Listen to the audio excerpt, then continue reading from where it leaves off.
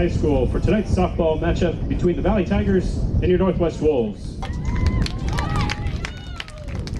Northwest has committed itself to maintaining the highest level of sportsmanship at all athletic events. To achieve this goal, Northwest asks that the fans from both schools treat the players, coaches, and officials with respect. And secondly, for all the fans to be courteous and considerate of their neighbors in the stands by what they do and by what they say. At this time, we'll meet the starting lineup for the Valley Tigers. Your leadoff, number 27, shortstop, Mackenzie Moeller. Hitting second, number 1, second baseman, Carrie Rose. Hitting third, your third baseman, number 8, Addie Ballard. Doing the cleanup is number 3, catcher, Eiley Harvey. Hitting fifth, number 23, right fielder, Bryn Sibula. Hitting sixth, first baseman, number 22, Lily Finn. Hitting seventh, number 9, left fielder, Drew Cooley. Hitting eighth, number 17, your designated player, Bear Hartz. Number 9, ninth hitter, number 12, pitcher, Madison Blomke. Your flex player, center fielder, number 4, Press Romich. Your head coach for the Tigers is Tom Beatty.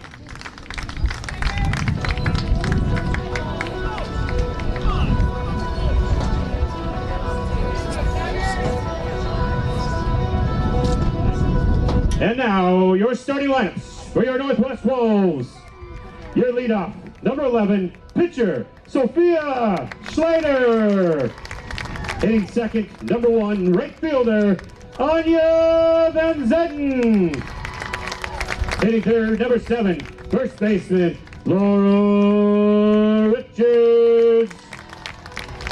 Doing the cleanup, number 2, shortstop, Maggie Allen. Hitting fifth, number 17, left fielder, Meredith Thompson. Hitting sixth, your designated player, number 14, Leila Appledorn. Hitting seventh, number 5, your third baseman, Hazel Lyden. Hitting eighth, number 6, second baseman, Elena Schulte. Hitting ninth, number 16, center fielder, Shay Davis. Your flex player, catcher, number 10, Kenley Sayer. Your head coach for the Wolves is Carrie Eby. Ladies and gentlemen, I ask that you please stand, remove hats, take a glance at this flag at center field for the playing of the national anthem.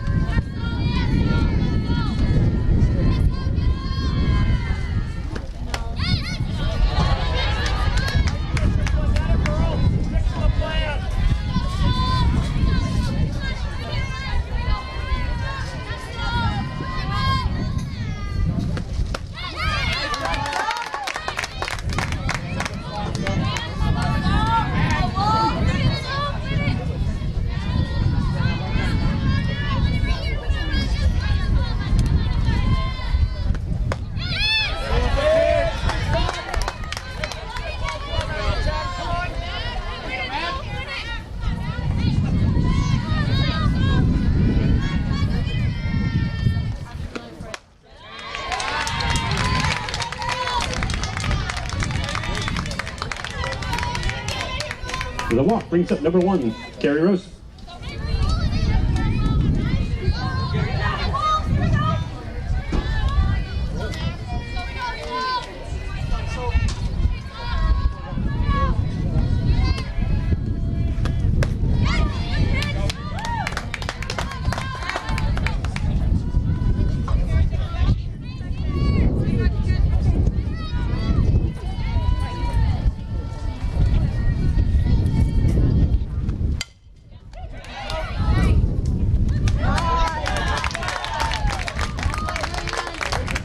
Slater to Allen for out number 1.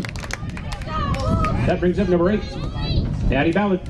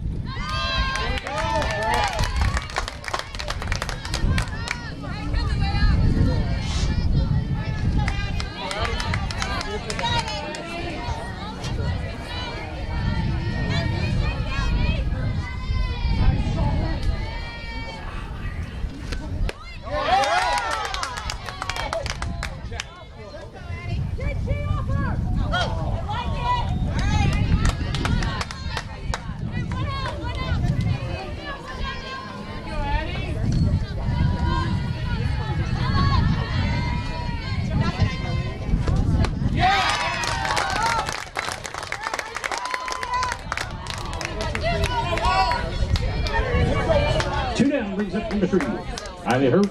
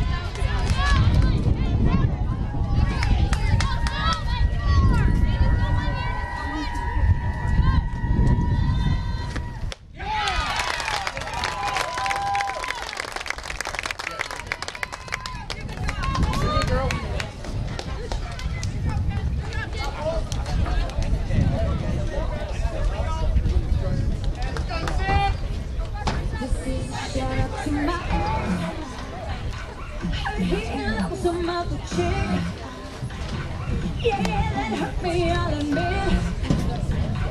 Forget that, but I'm over it. I hope she's getting better sex. Hope she ain't making it like I did, babe. So promise to call it quits. Forget that, but I'm over it. Yes, I should say thank you for the hate juice and the tattoos. Oh, baby, I'm cool. It's your bad, won't you? Anyway, go ahead, babe, I'm your man. Yeah.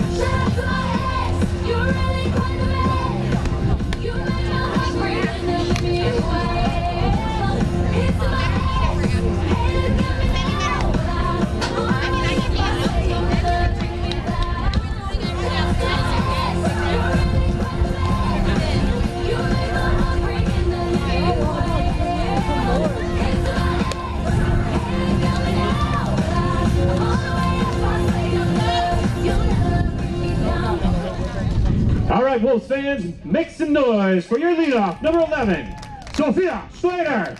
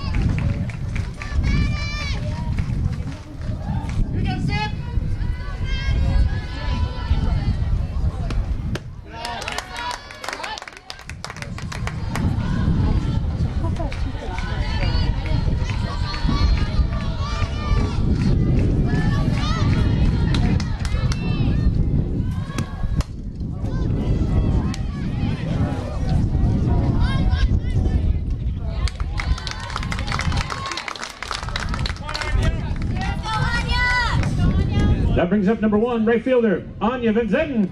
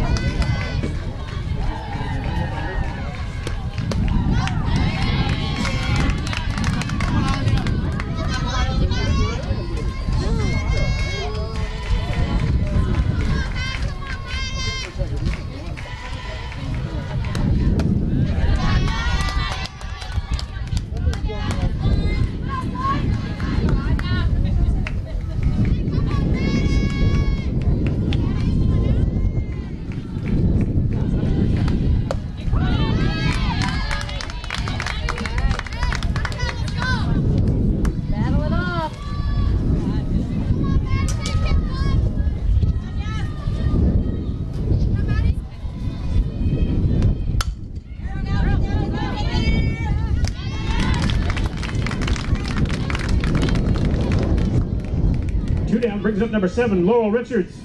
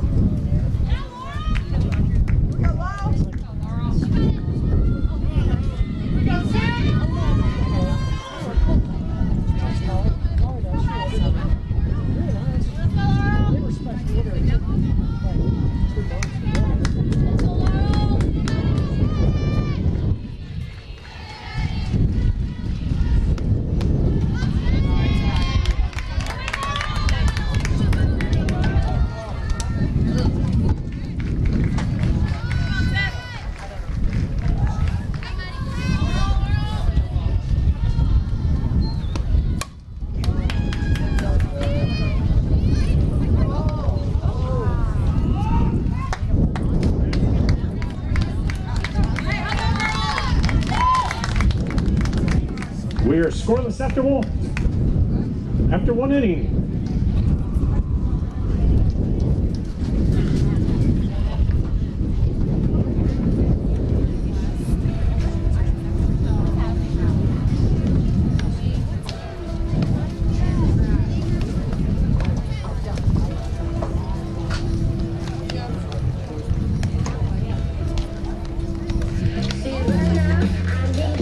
I need you.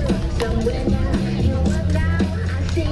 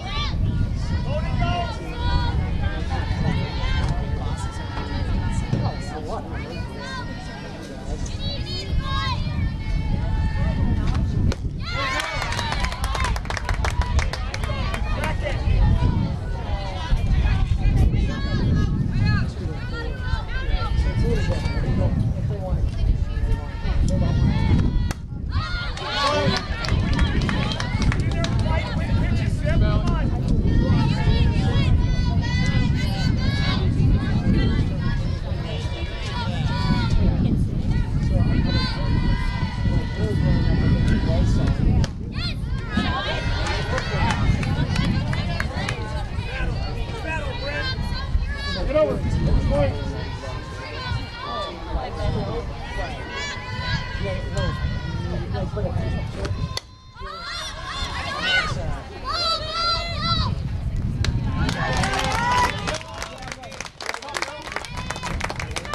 with out number 1. And brings up number 22, Lily Finn.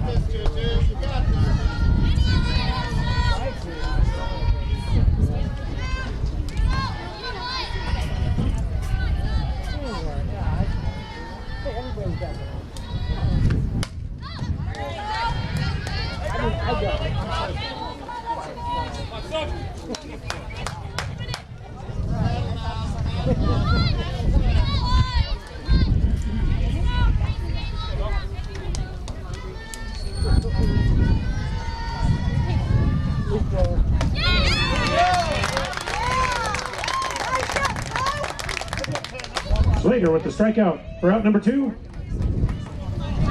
That brings up number 9, Drew Cooley.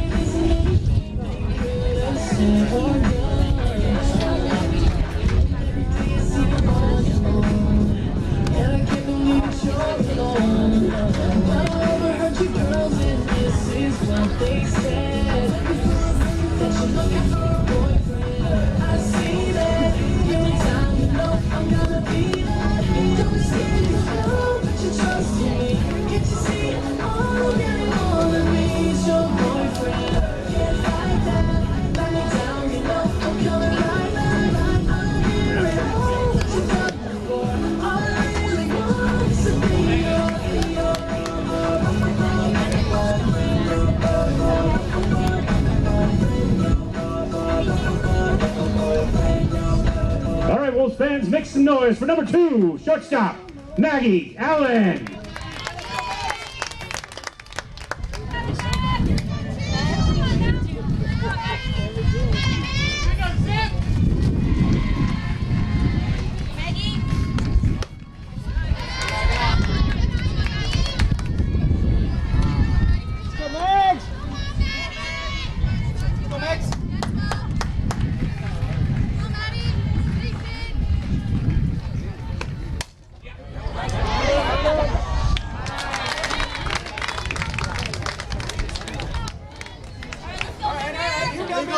That brings up number 17, Meredith Thompson.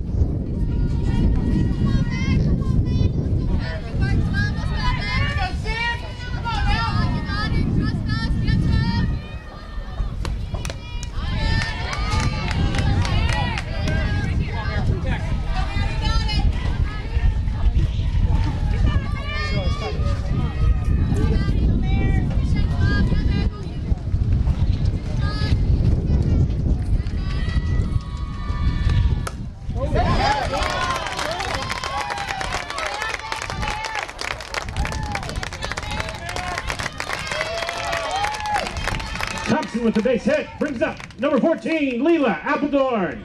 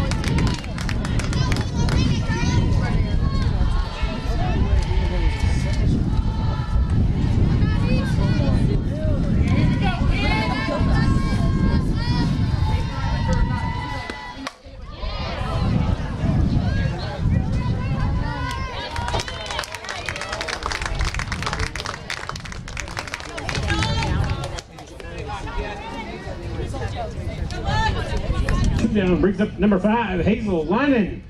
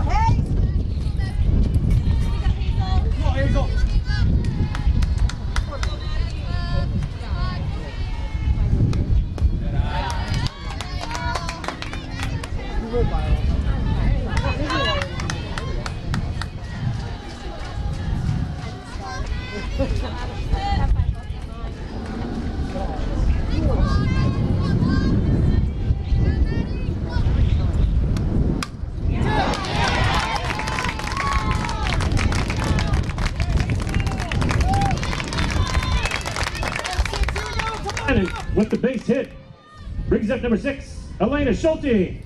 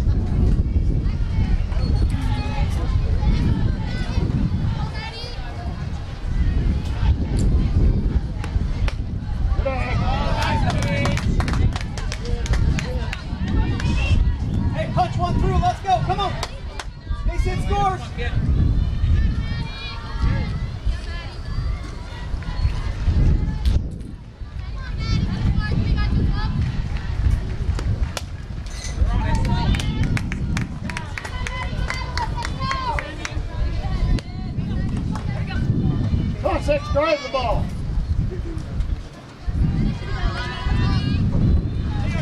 Hard line drive.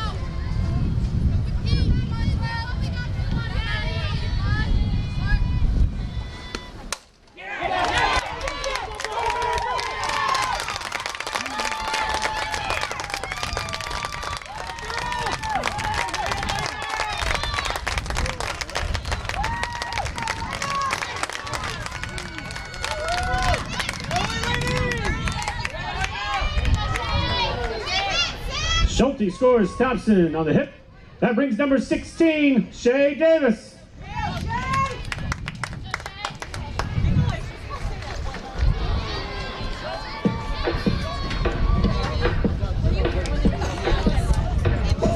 And hit me like dynamite while I was healing from the black and blue.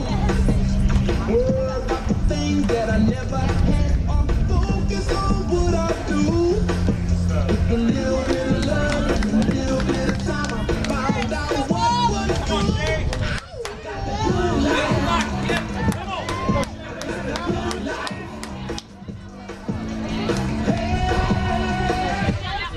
Go 1 second. Down on the down on the grass. First two. Line drive.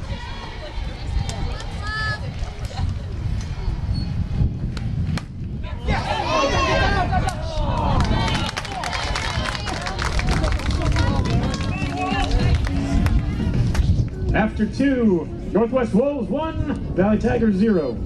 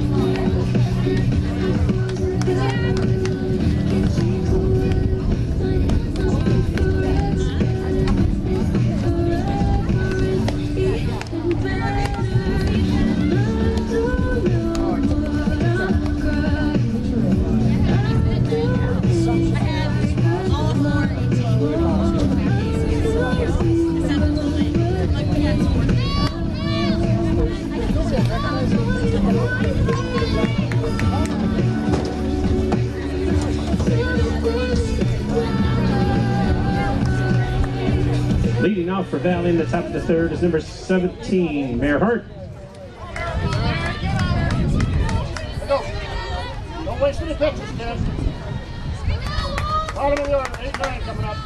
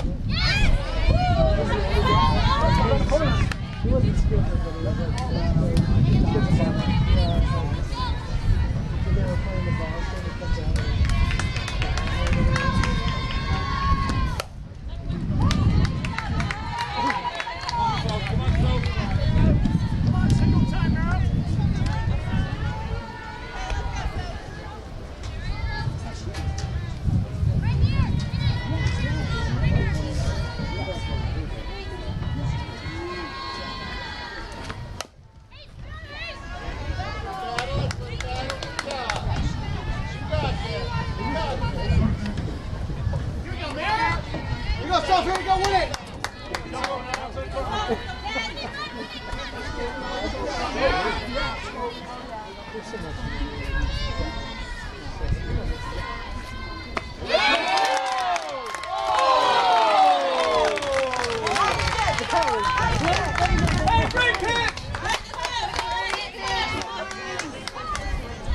Go up more down the middle. That brings up number 12, Madison Zlomke.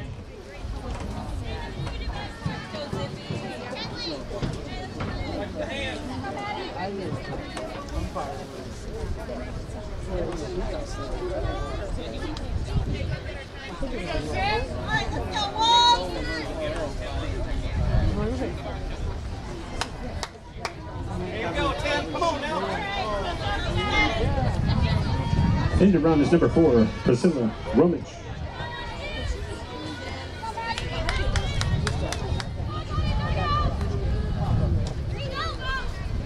Everybody's moving. Here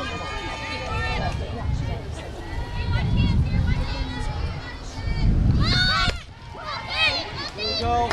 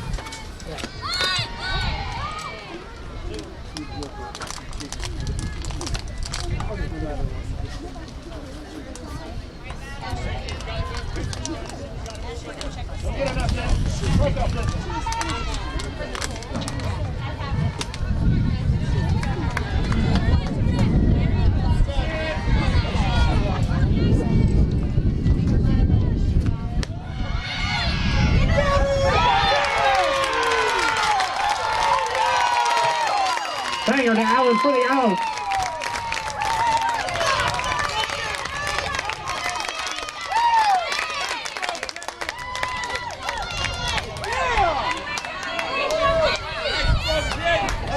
Hey, let's get it right now. Don't waste one.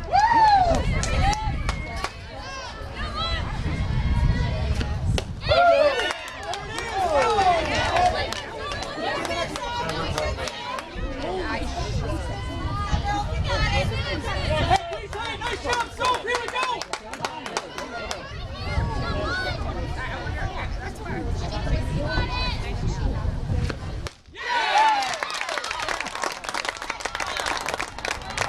Slater with a strikeout for out number 2. Brings up number 27, Mackenzie Mola.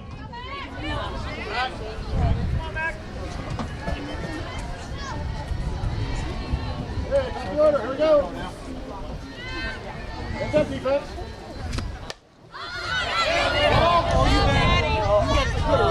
Oh, man, come on.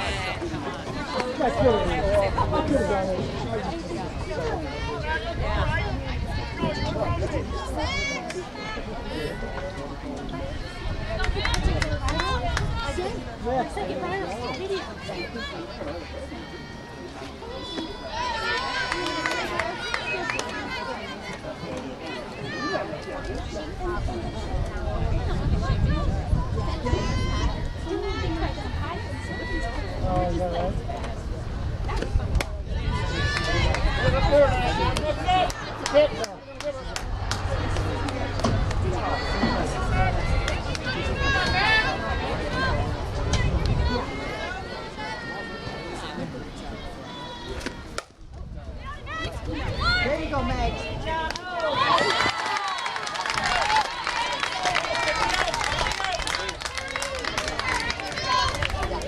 That brings up number 1, Carrie Rose.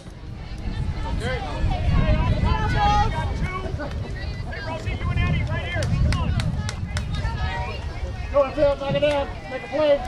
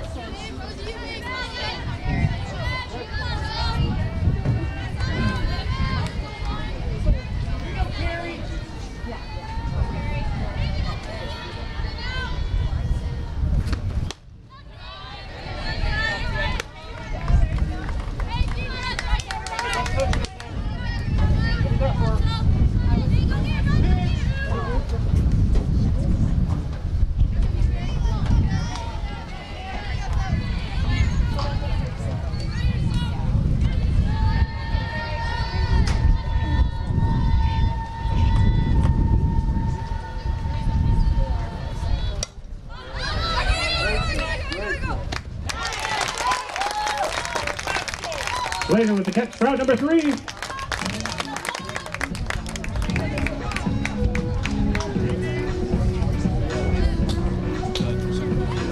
Yeah, I was just hanging out, some little West Coast town, found a bar out by the sand, so I made my way in. First thing that caught my eye, like nothing I ever seen, sunburned auburn hair, a California dream. Yeah, she was shaking them hips to some old Motown song I couldn't sing, so I sang along. She was a heartache on the dance floor.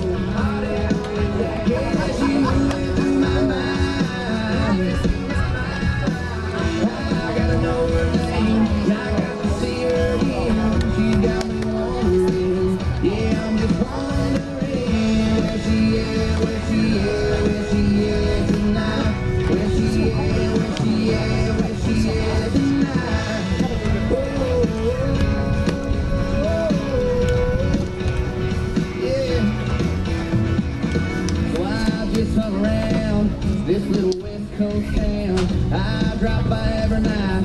I stay to closing time. My little mystery, that girl's killing me, so I put on this song. All right, Wolves fans, let's make some noise for number 11, Sophia Slater. Line drive. I'm gonna fly ball. Right, hit hard.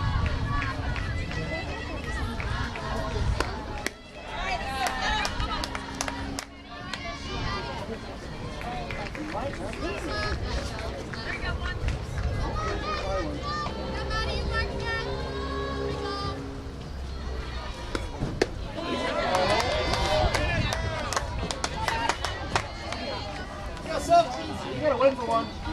Next one you get this. Come on, Soap.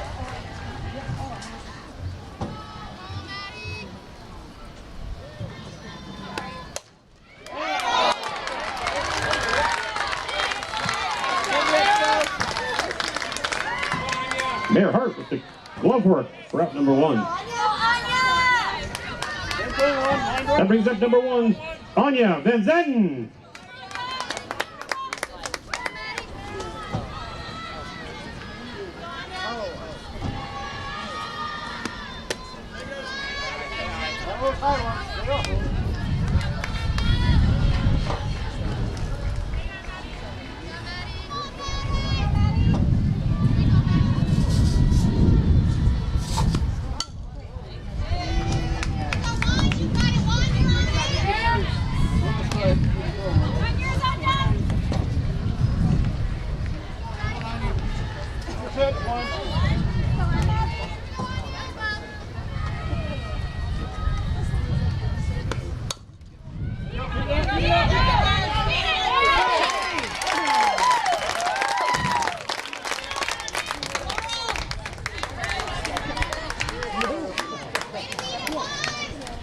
Van Zett makes her way to first. That brings up number 7, Laurel Richards.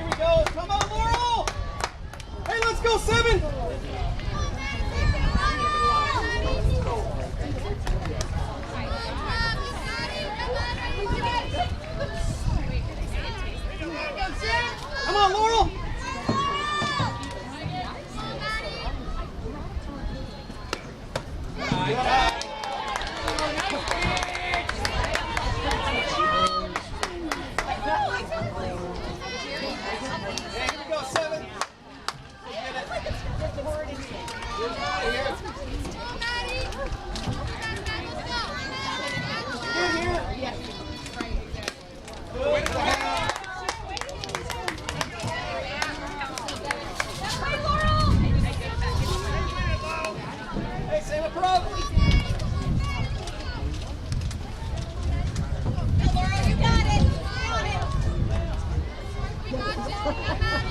Pat Laurel, here we go.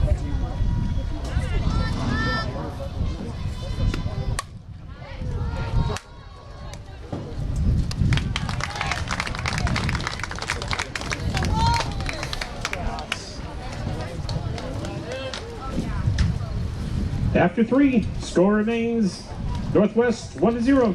Go, kid. 3, 4, 5 coming up, kid.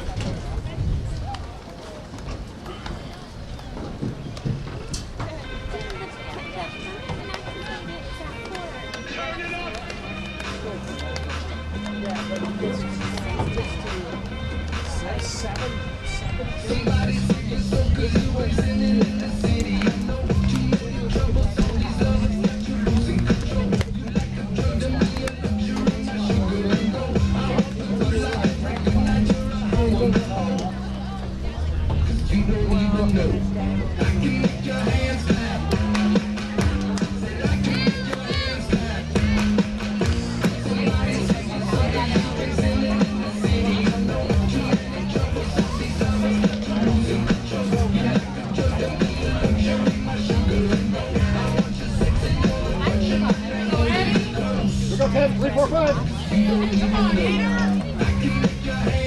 Go, big man. What's up? Here we go.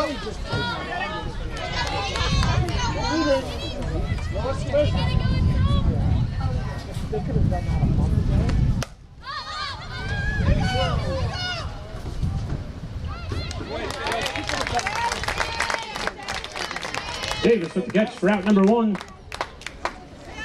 That brings up number 3, Tyler Hervey.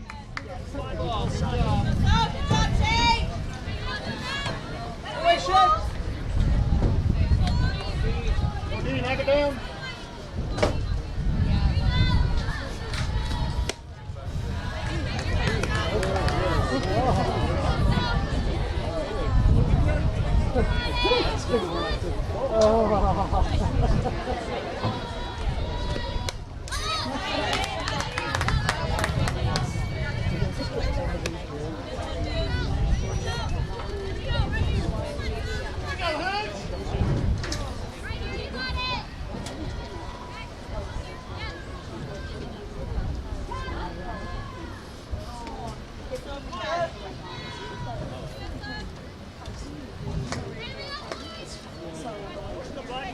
Go, Self, here we go.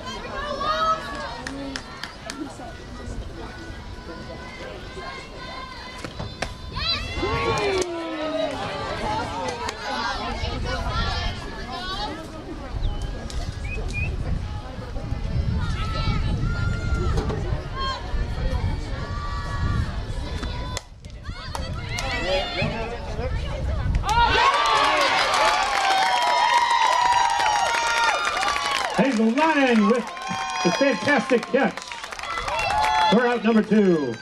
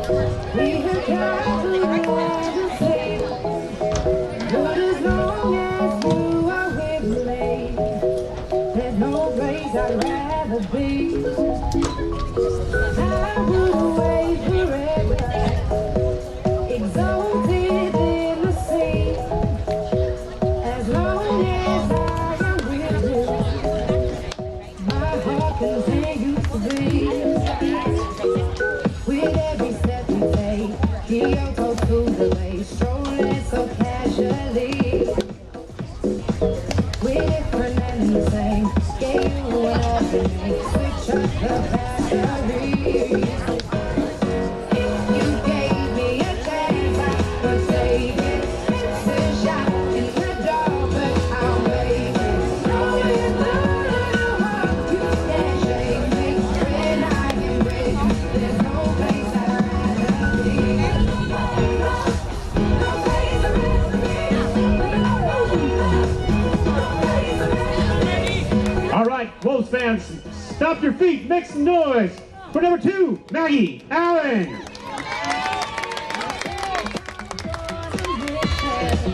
I want to pump it up.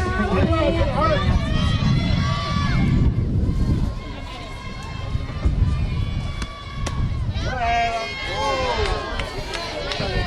We're consistent.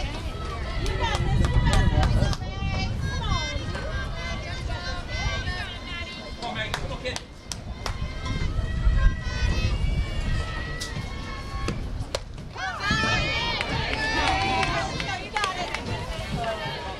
Here you go, man. Right it, kid. Right it. Got it.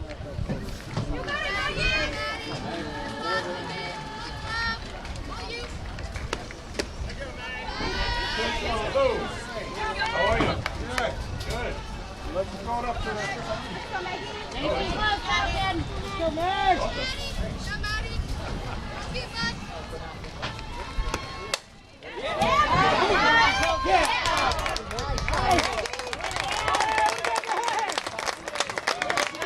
Allen with the base hit.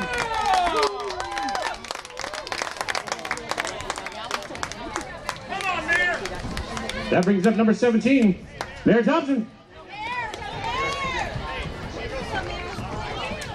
Look, last time here. Here we go. Base hit, kid. Base hit.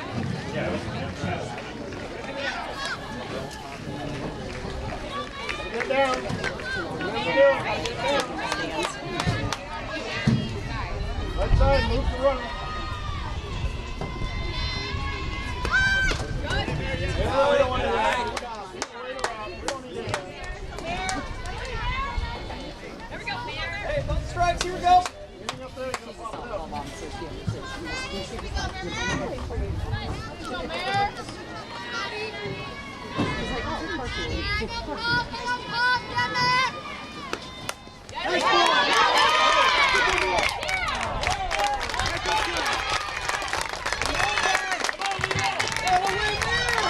Thompson with the sack bunt. Brings up number 14, Leela Appledord.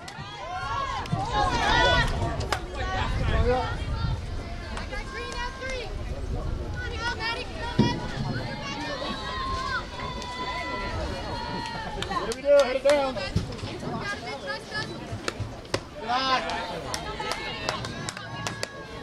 Drive it like last time, it brings it running.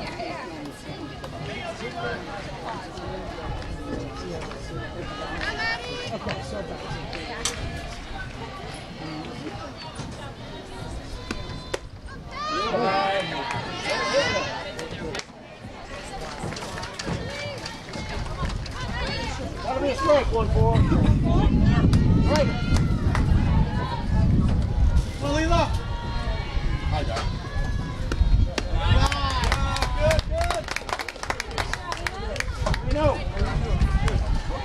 Wheel that back, pull it back.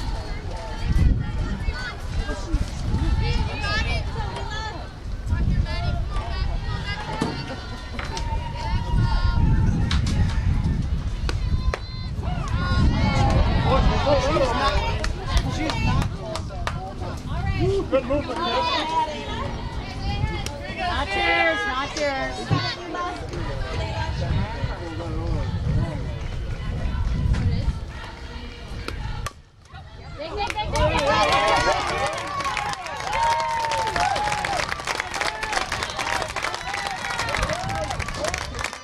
Appledord gets Allen across to score the run. Brings up number 5, Hazel Lannon.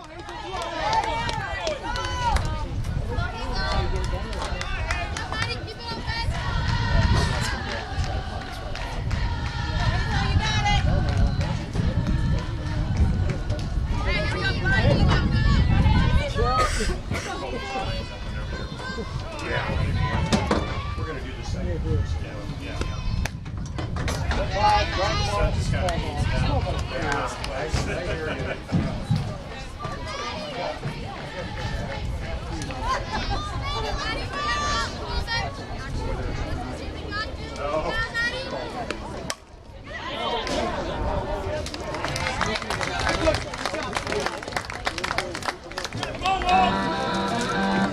We head to top of 5. Wolves take lead 2-0.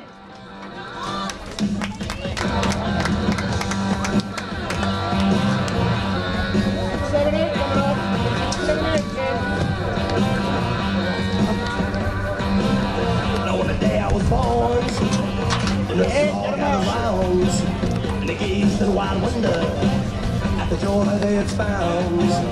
The head nurse spoke up, said leave it alone. She could tell right away that I was bad to the bone, bad to the bone, bad to the bone,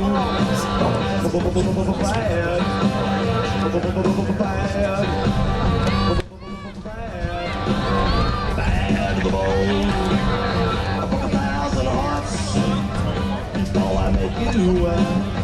Leading things off for the Tigers is number 22, Lily Finn.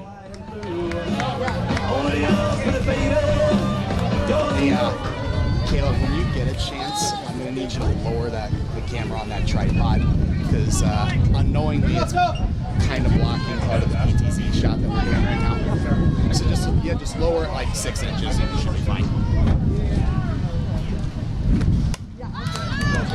We'll obviously put it back up when we actually do our game later. To put it back up later? Yeah, we'll put it back up when we do our game later. Okay.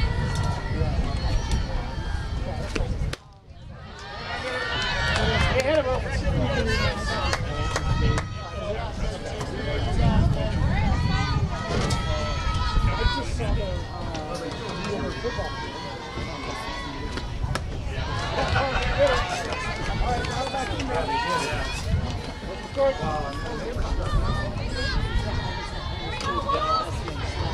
Go, dude. Knock it down.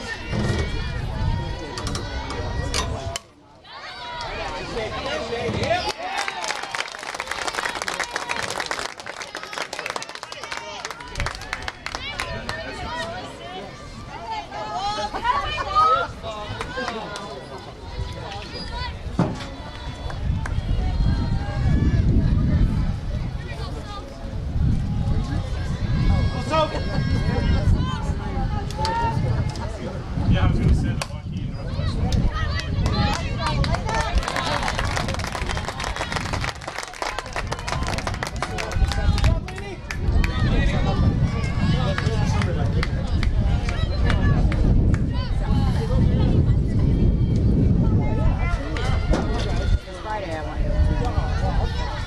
One more, Dave. Let's go. Go ahead.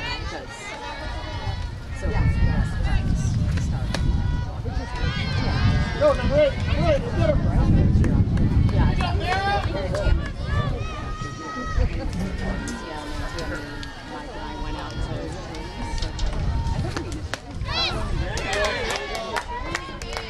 You guys broadcasting tonight on the second game? Yes, sir.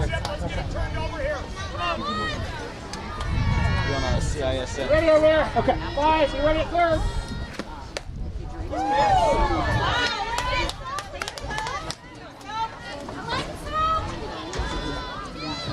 Should have brought my sunglasses. I didn't move.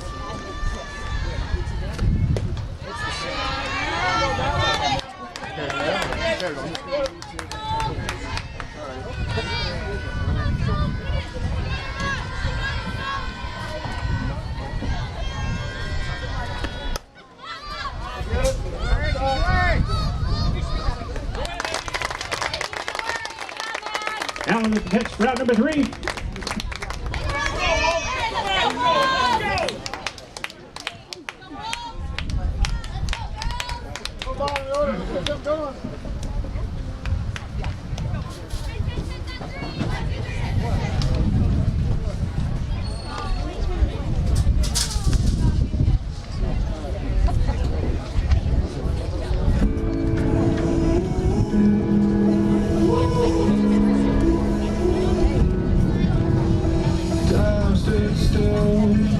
like a photograph, you make me feel like this will last forever. Looking in your eyes, I see my whole life.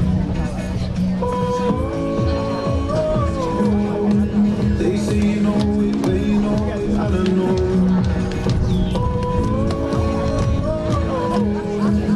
Promise that you hold me close, don't let me go.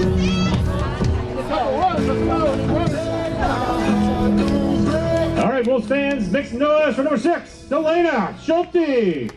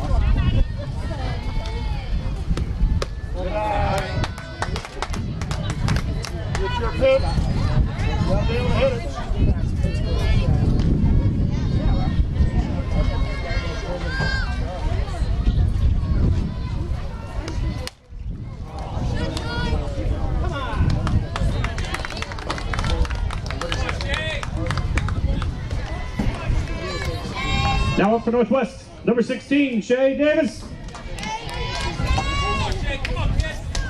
First runner, 1 2.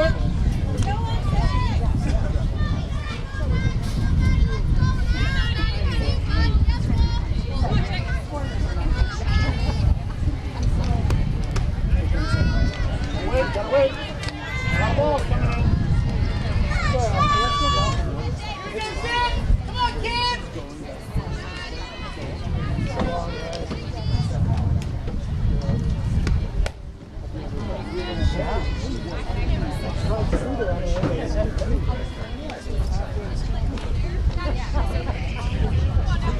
It's an hour there, an hour there. It's still be able to go to the flag. Great.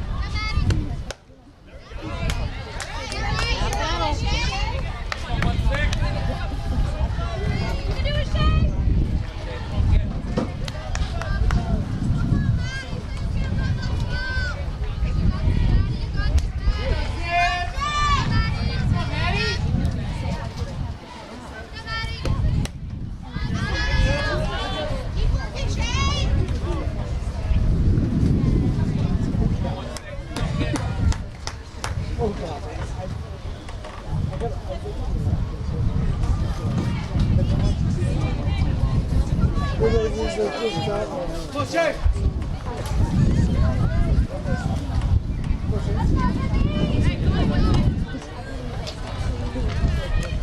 Look at me there, 1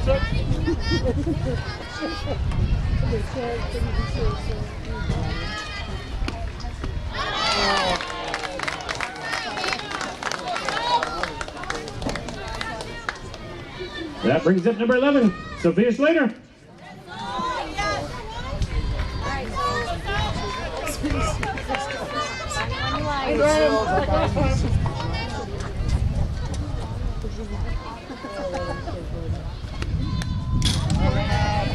This is like I just had a constant goal to read it.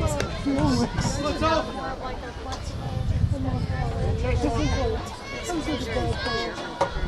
Oh,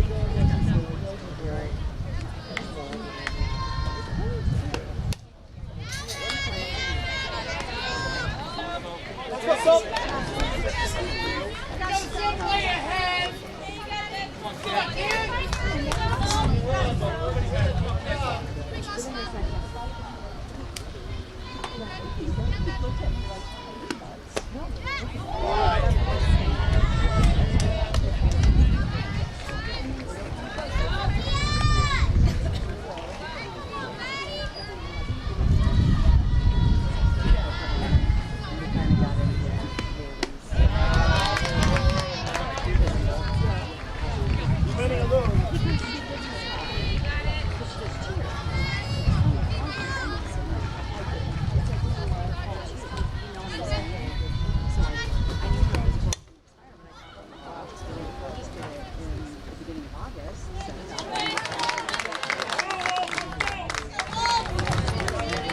After 5 innings, Northwest 2, Valley Tigers 0.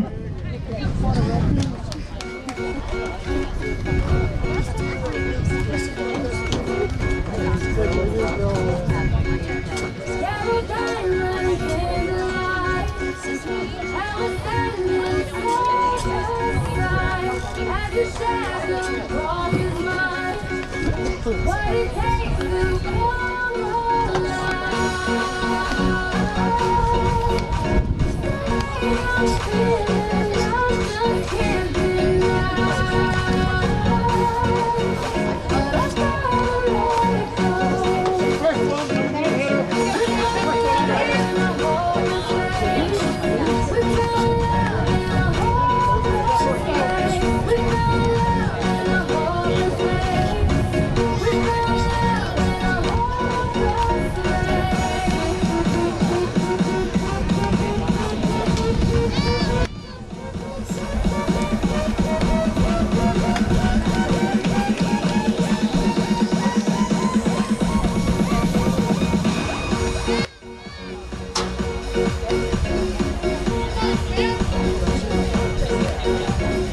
Leading off for Valley here at the top of the 6th is number 12, Madison Waukee.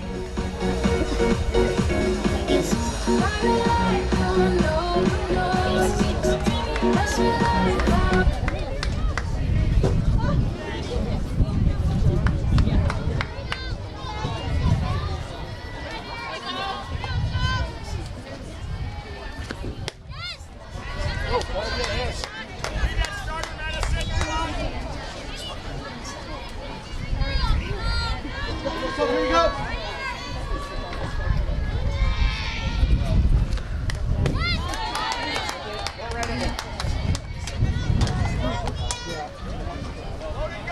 Stay ahead of him. Stay ahead of him, Cam.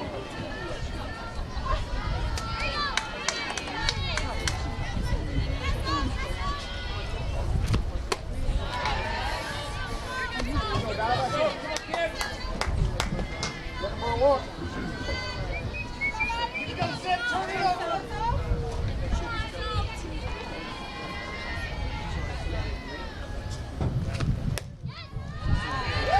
Nice pick, son.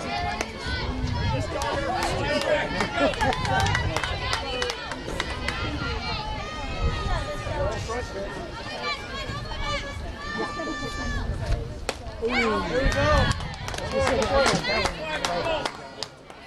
Good pick.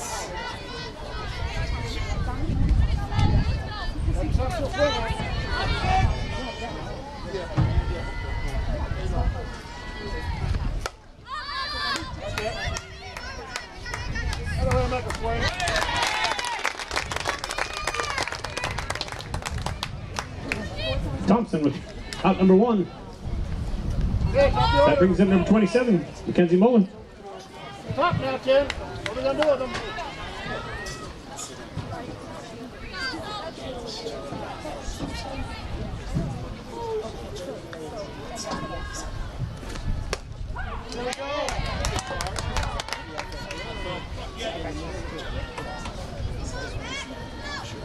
There we go.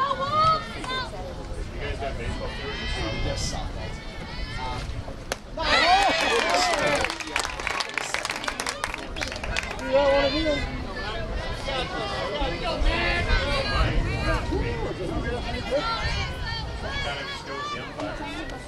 But they are doing a little thing to do tonight.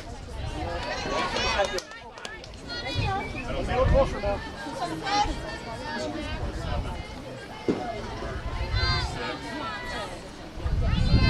prepare the field.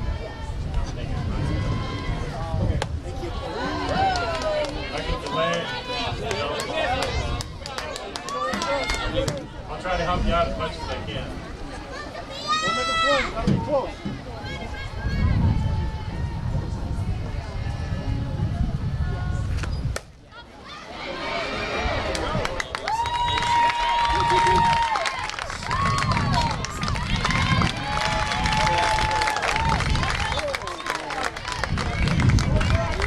That brings up number 1, Carrie Rose.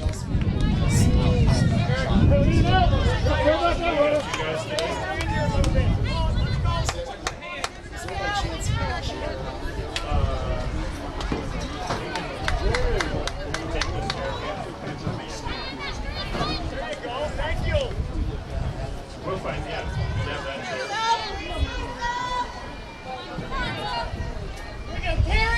Knock it down, Enfield.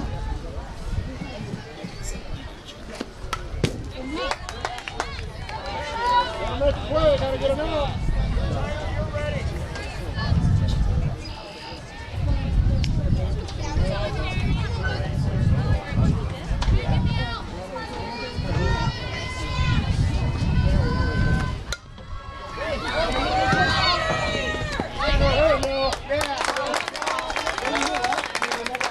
Slater to Schulte for out number 2. Brings up number 8, Addie Ballard. Next job, ladies, here we go.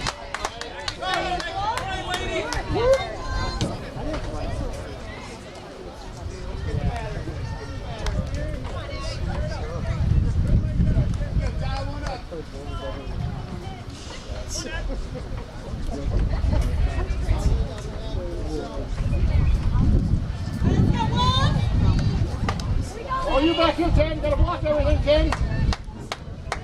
Nothing gets by it. Squeeze it.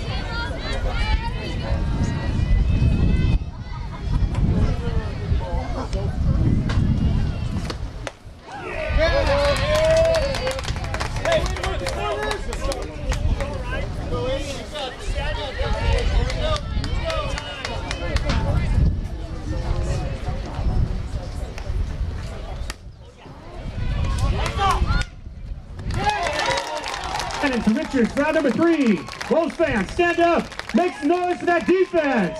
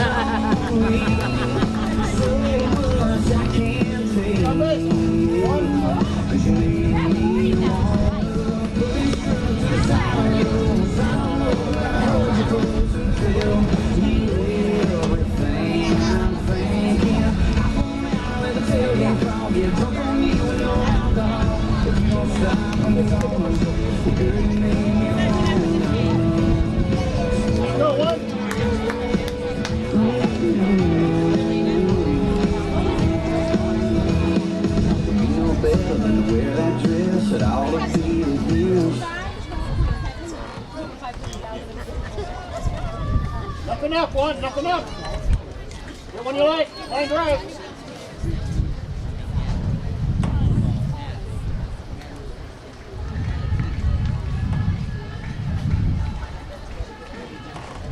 You know it should.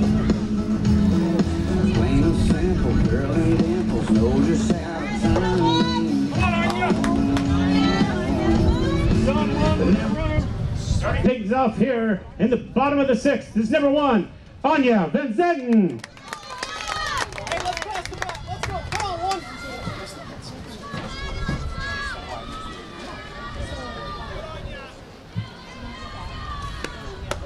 One of those. One of those.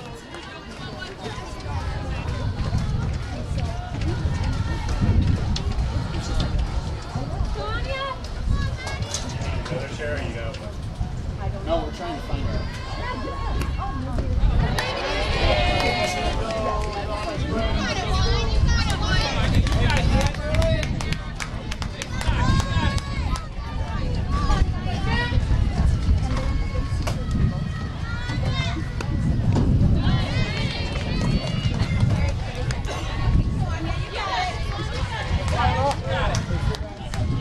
Here we go. Oh.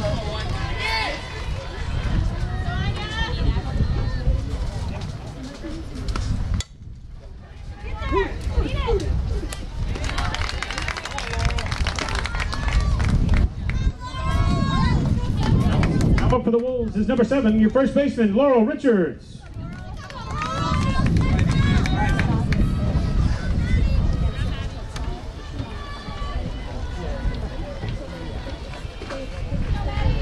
Here we go, Laurel.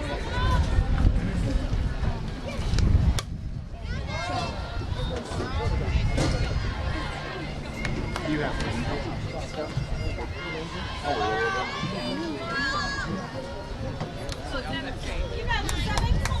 I'm not sure where Caleb went. Probably out of the sun. Here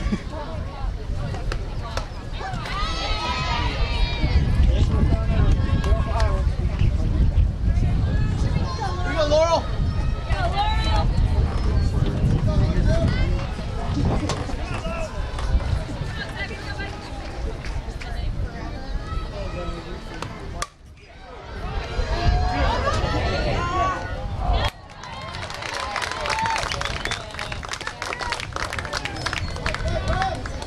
Hey, line drive, Bill.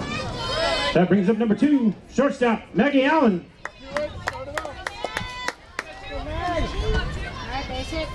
That hitter's coming up. Get on base.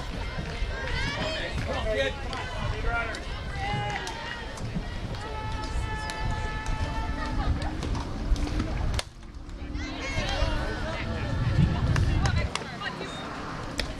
You can do it, Maggie!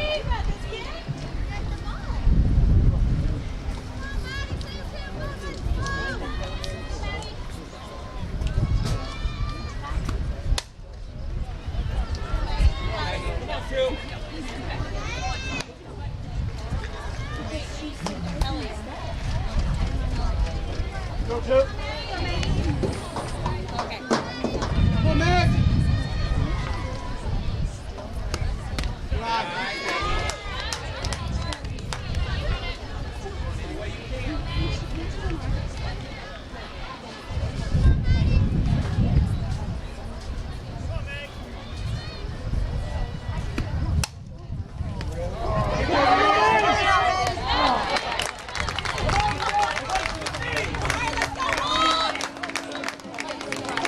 After 6, Wolves 2, Tiger 0.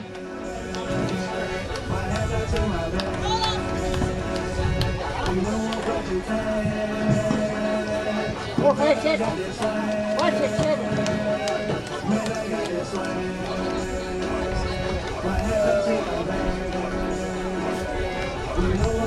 Four, 5 seconds. Yeah, 4, 5, 6.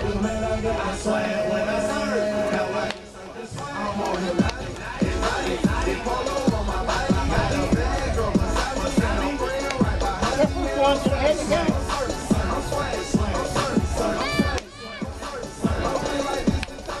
First one's a big one.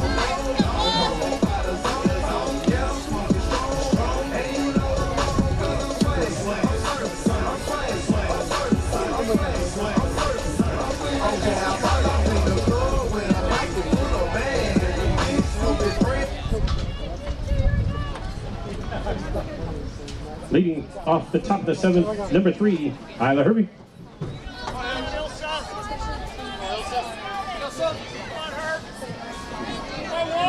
Here we go.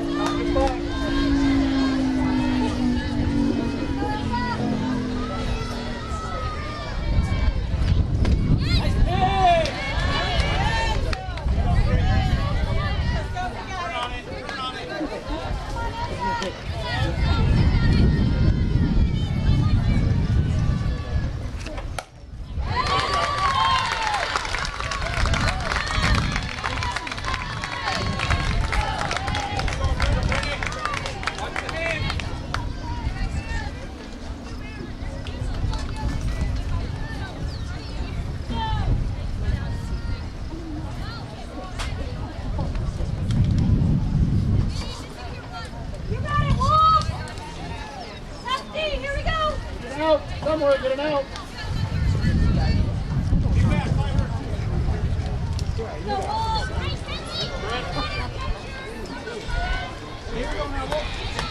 And to run for the Tigers is number 5, Jordan Huffman.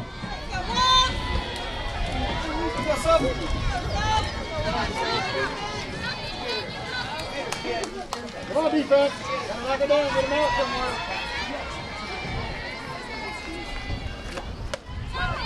Get up.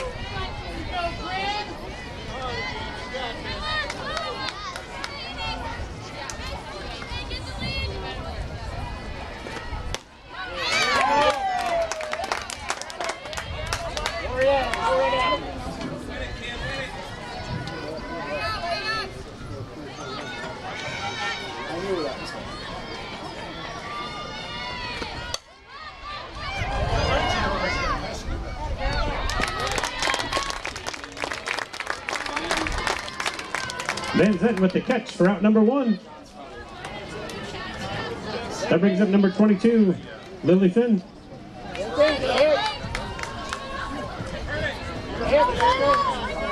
let's go middles!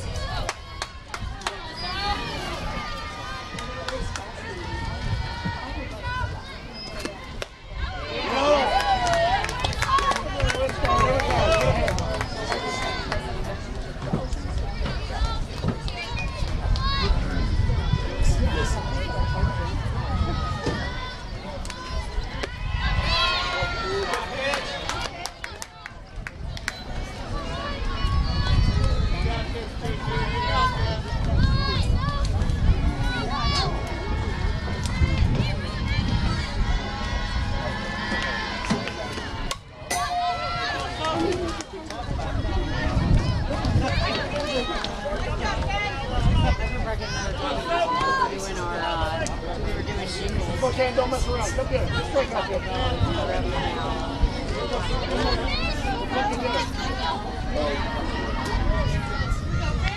Come on, go!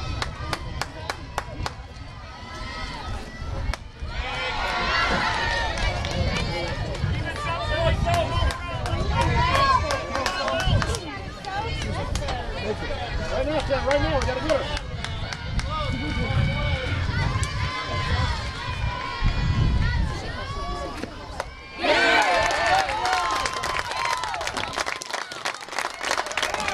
Slater with the strikeout for out number 2.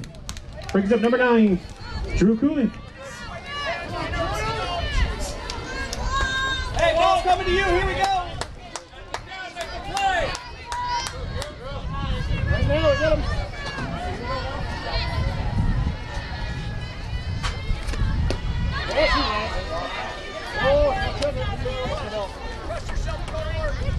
Jerry.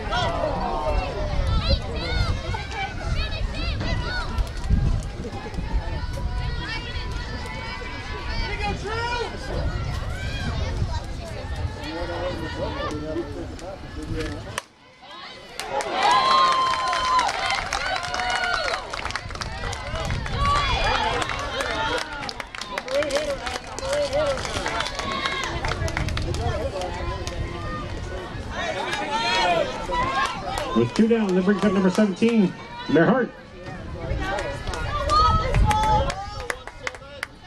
Come on, son.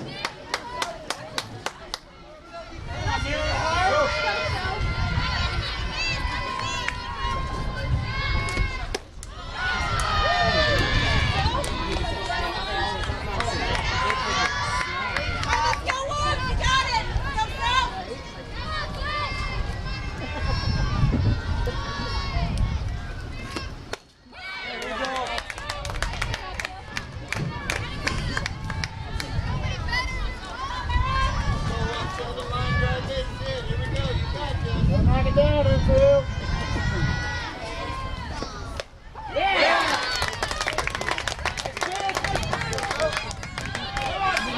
Come on, Soul! That's fine, good.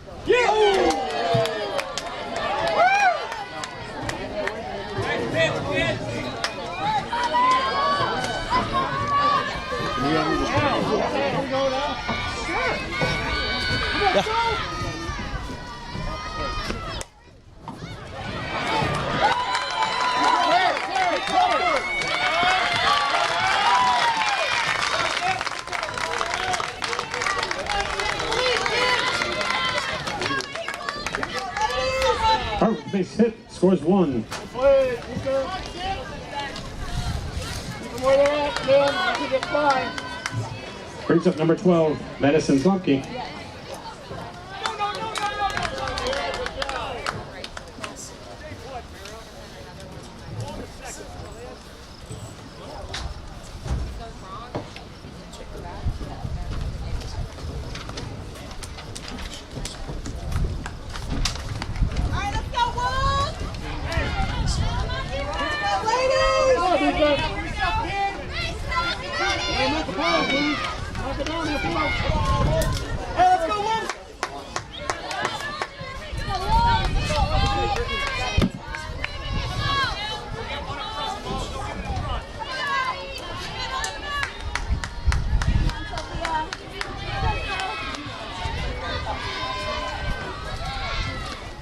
There you go.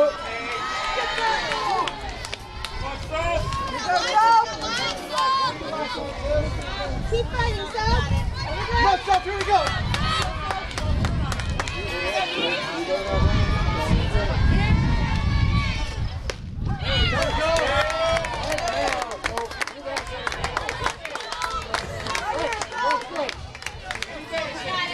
Let's stay ahead of the header.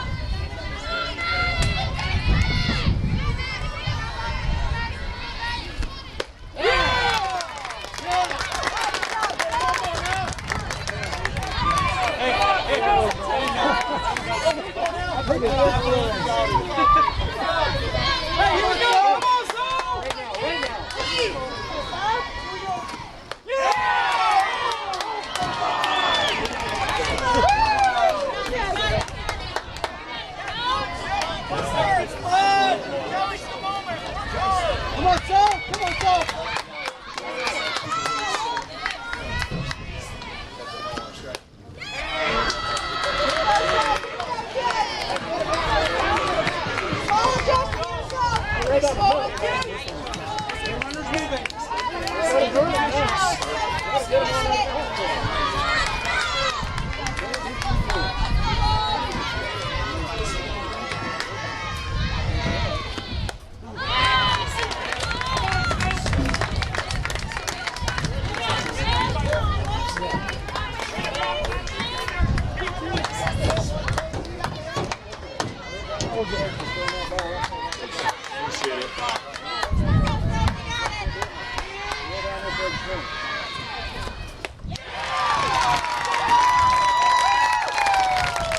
Later with a strikeout to end the game. Your Northwest Wolves take game 1 by a score of 2-1.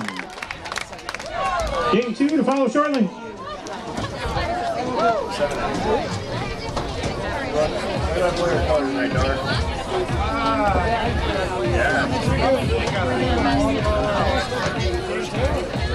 Were you there Monday? Yeah, we got one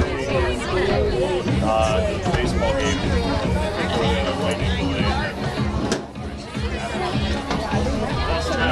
Thank you. Glad to see we have a breeze again. Maybe Sophie. Hey, Justin, are you here Friday night? Friday night, 7 o'clock, games. Be there, be square. Are you here Friday night? Be there, be square.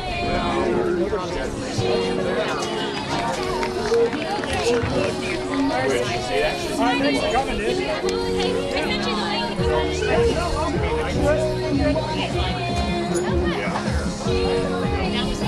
We'll see next year. You're okay, so I'm like green light.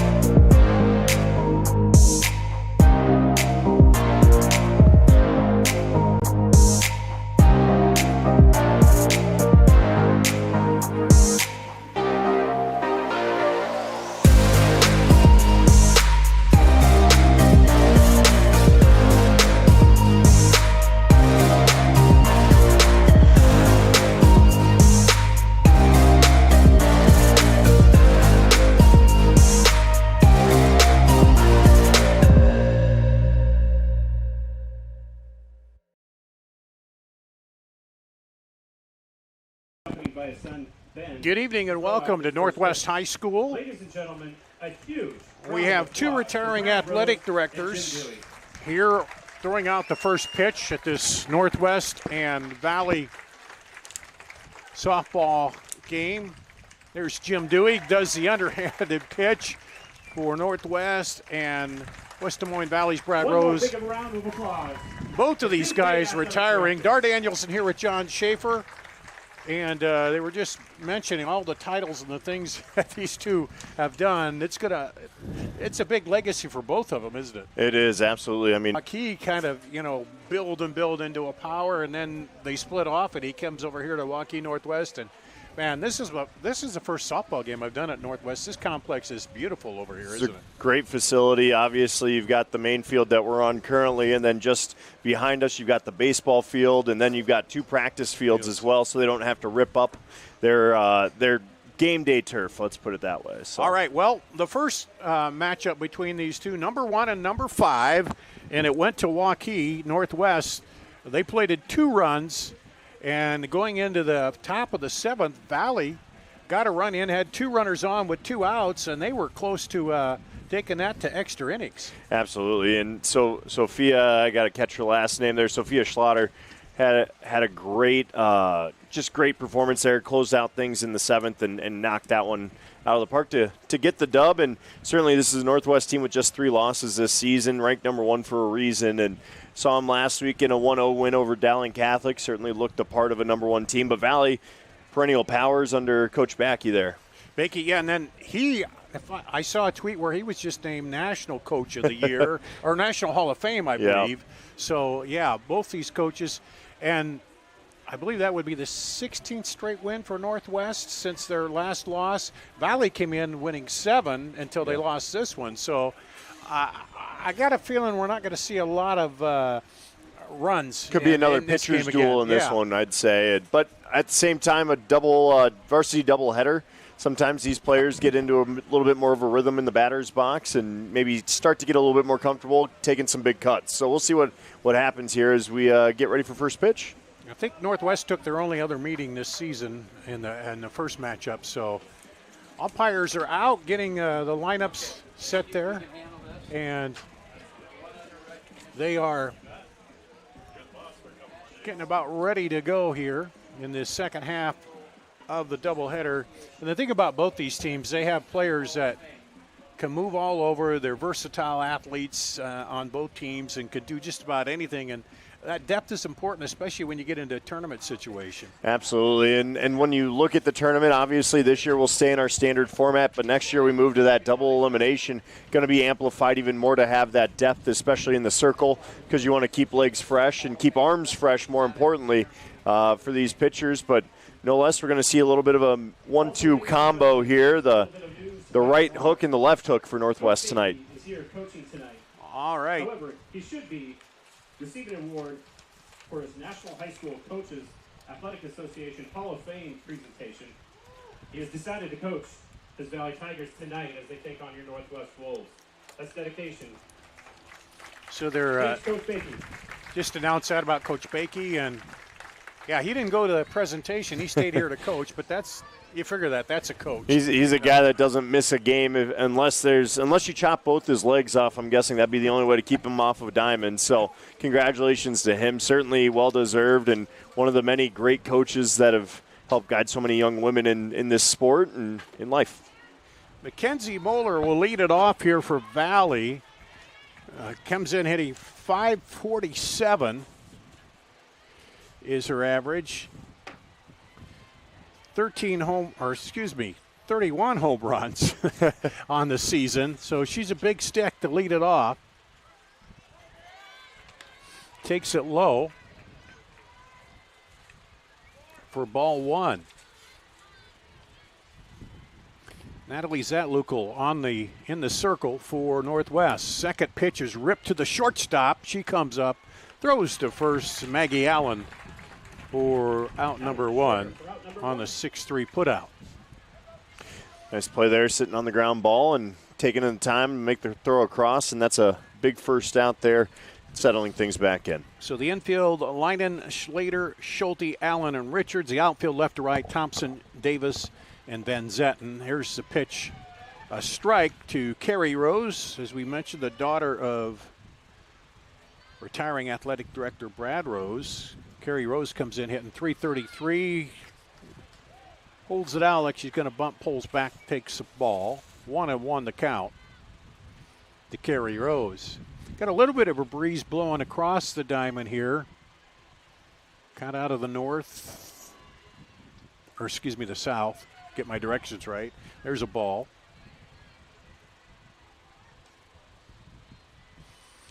And that one's outside. 3-1 the count here on the number 2 batter for Valley. And there's a base on balls to Carrie Rose. So the number 2 batter up with 1 out. Brings up Addie Ballard, the third baseman for the Tigers. She's hitting .347. 5 home runs, 5 doubles, 16 singles. And fouls that one back.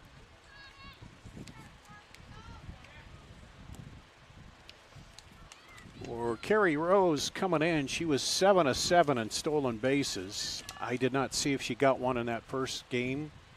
This one is lifted foul down the right side, so Zatlukel up 0-2 on the number 3 batter here.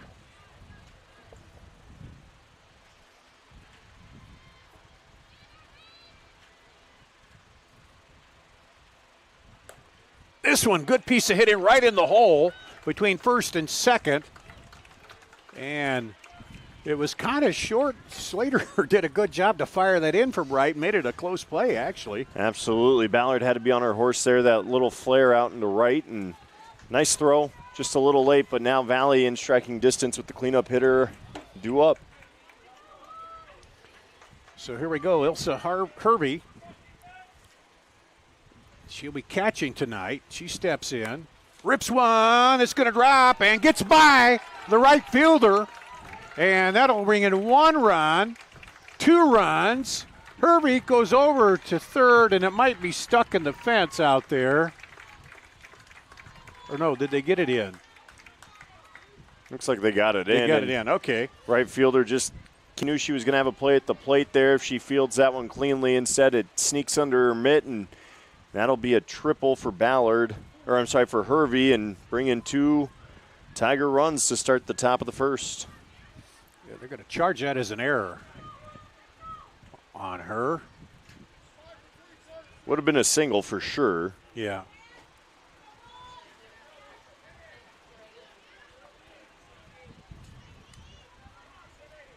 So that brings up Bryn Sabala, the right fielder, hitting .328.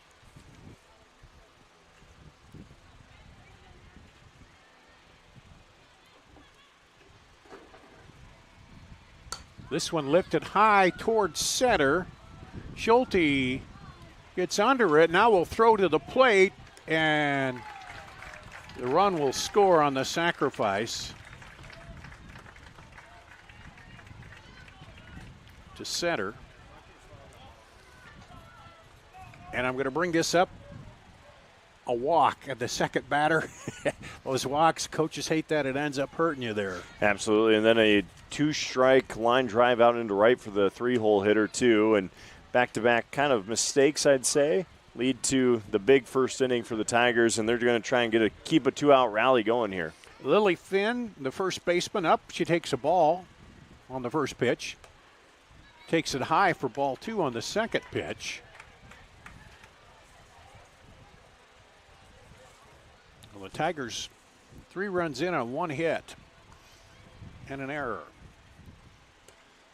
That one's outside. Zat Lukel 5-0 this season in the circle. She started 6 games, so she's got the stuff to do it. Only has a 2.08 ERA, but the Tigers building up that number a little bit more. There's a strike. And you see sometimes it takes a little while for pitchers to get in the groove here. You hope to do that without getting up runs, but then the error kind of compounded a little bit. But that one's high. There's another walk.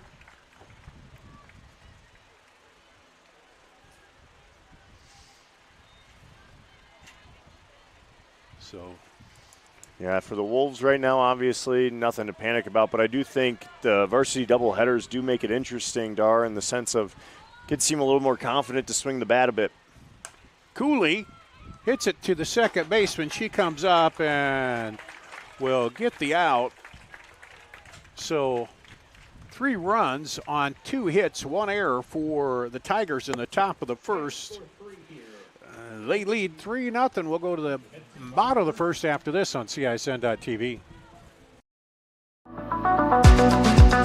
Hi, I'm Chris from Fireplace Superstore. Outdoor furniture season is here, and we've got you covered with the best selection in Central Iowa. We're featuring Poly Furniture by Berlin Gardens. Once you've seen the fit, finish, quality, and materials of Berlin Gardens Poly Furniture, it makes everything else look like it was built in somebody's backyard. We also have Iowa's best selection of aluminum, wicker, wrought iron, cushion, and sling. Fireplace Superstore, just west of Homemakers at 109th and Douglas. Free Godfather's Pizza begins with the download.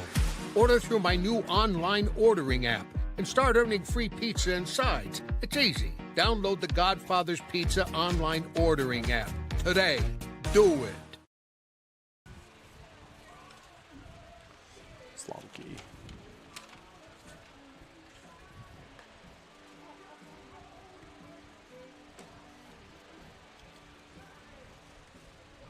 Back here at Waukee Northwest, the Valley Tigers plate 3 to open up the second half of this doubleheader. And for Waukee Northwest, Sophia Slater will lead it off, the first baseman here for Waukee Northwest.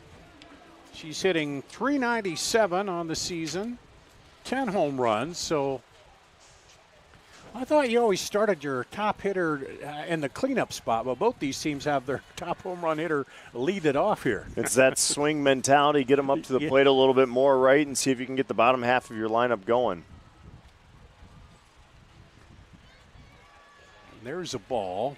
This is Matty Zonke in the circle for Valley.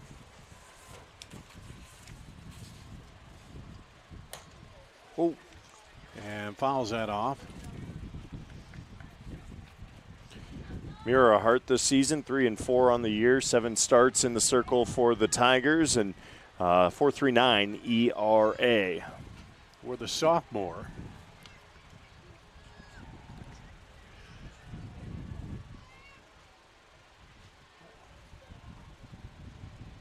Gets a regrip. Here's the 1-1. Hits it high, and it's going to go foul. It's a really long strike, Dar. Yeah, all the way out there toward the little bank by the road. And makes it 1-2 the count. 210 to straightaway, 190 down the lines here. And this time, and this one is lifted high. Left fielder coming over. Cooley makes the play. And we had a long strike and a long out. Left fielder, number 1, Anya Van Zetten. Anya Van Zetten, the right fielder, coming up for Northwest. Zomkley pitching, Hervey catching, Finn at first, Rose at second, Moeller at short, Ballard at third, outfield left to right, Cooley, Romich, and Sabula. That one's low. I think they might have had a miss or a typo there in the lineup card because I've got 17 in the pitcher's circle and Mira Hart right now. Oh, you do? Did I have? I put it in my book as 12 as well, but okay, not sure what happened there. That one. They changed jerseys or not? Okay, yeah, it is 17, isn't it? Because they had 12 on the. Both pitch. So it's Mira Hart.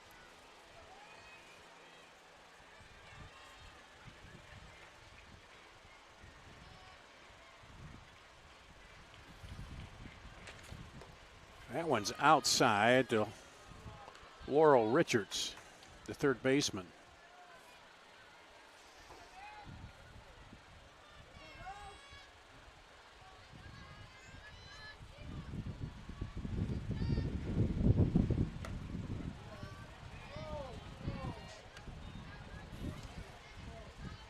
Paints the corner there. That's a nice spot to kind of just see the batter's eye a bit.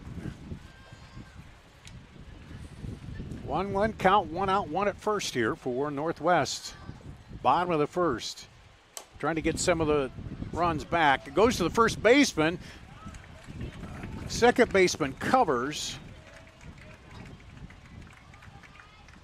for the 1-4 put out. Or, excuse me, 3-4 put out. That brings up Maggie Allen, the shortstop for Northwest. Well, you'd really like to take advantage of the opportunity, runner in scoring position, and cut into that lead a little bit here. Absolutely, and Maggie Allen batting .342 this season, 13 ribs, certainly has the bat to do it. She holds off on that one, and it's a low strike.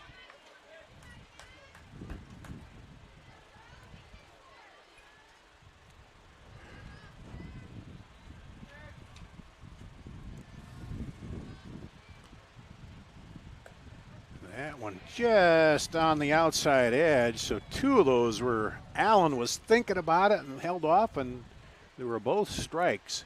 Our umpire's been consistent. That's where if you're a coach, you tell your batters, know that outside part's going to be there. Here's the 0-2. And that one's low, gets through, so the runner will advance to third.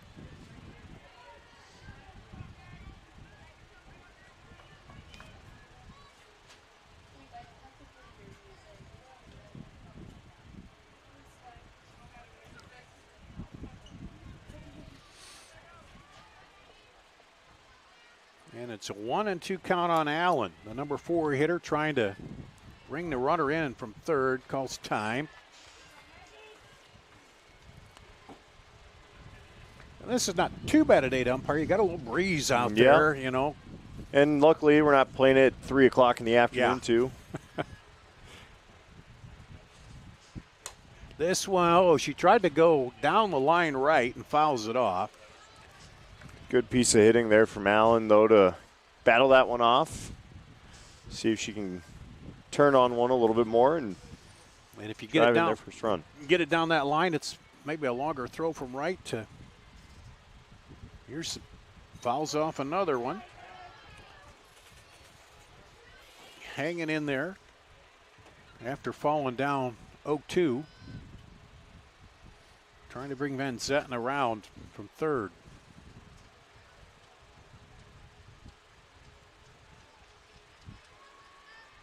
Here's the pitch. This one, slow roller to the first baseman. Oh, she was about to throw it. The sides had taken herself Lily Finn. And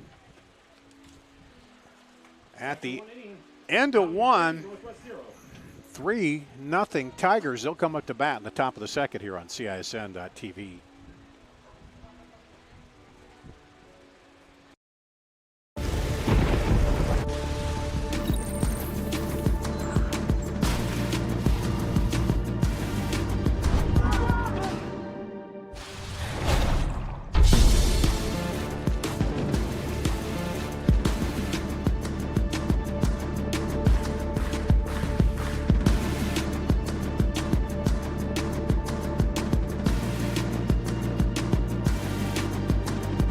It's hard to stop a train.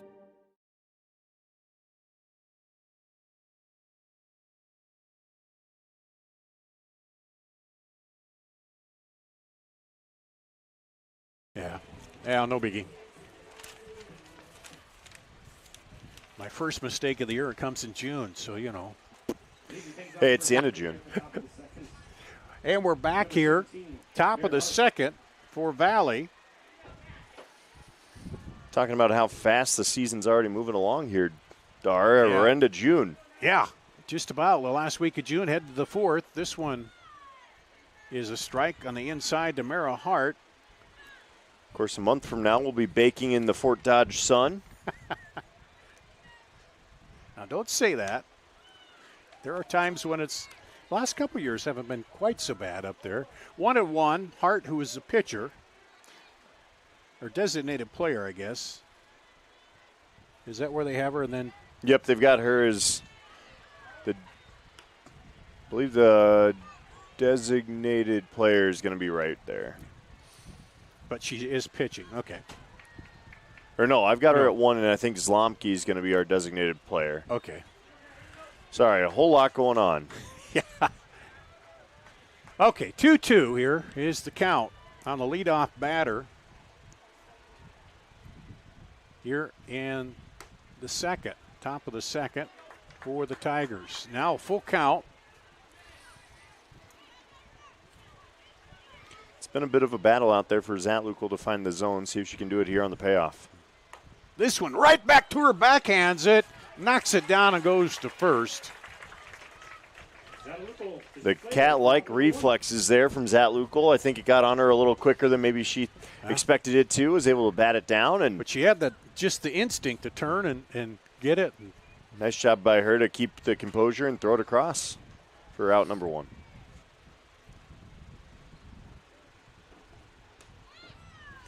Pitch is low. This is Maddie Zlomke.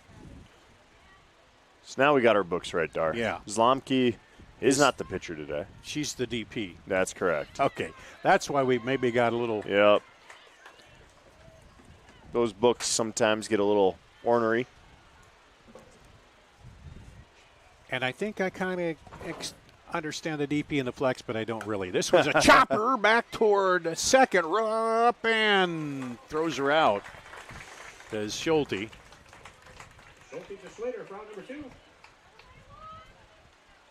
Tried to leg it out there. Almost beats the throw, but nice job by the infield there to just make the easy play across. And really, if you're Waukee Northwest, this is how you have to play. Let your defense do the work for you.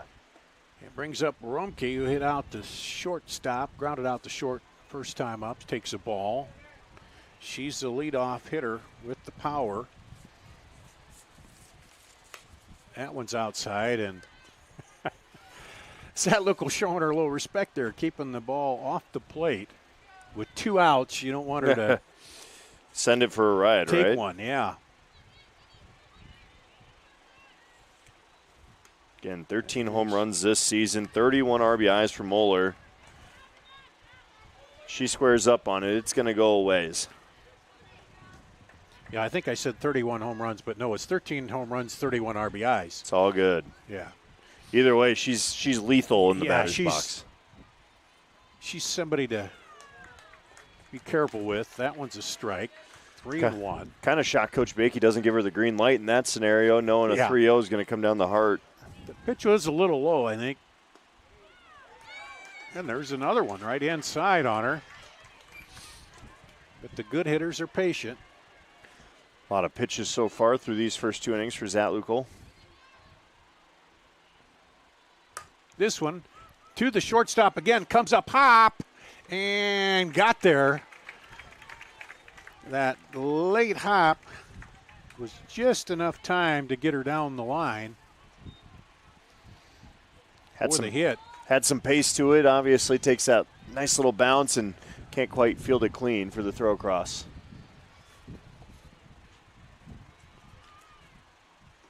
And she's going on the first pitch. Got her. Caught stealing. It's a great throw down there. Absolutely put on the money by Linen, and that'll get out number 3 on the hit and run. Yep, no runs, 1 hit, no errors at the end of 1.5, 3-0. Wolves coming up looking for some runs here on CISN.TV.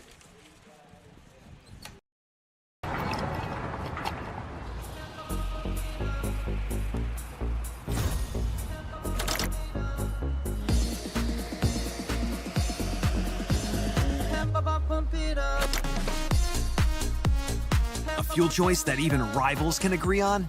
Now that's worth the hype. Cheaper, cleaner, and homegrown. Pump it up with unleaded 88.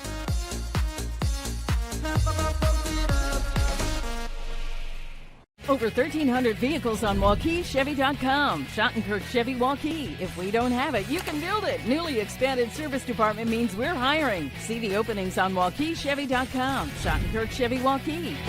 WaukeeChevy.com.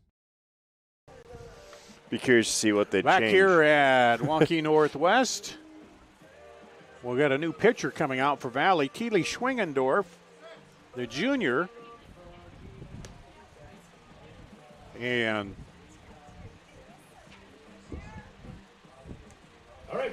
for Northwest, it'll be the 5, 6, 7 batters here. Meredith Thompson, the left fielder, will lead it off for Northwest. And Schwingendorfer has pitched 13 innings. Hasn't started a game. ERA of 3.67. That one's low and outside.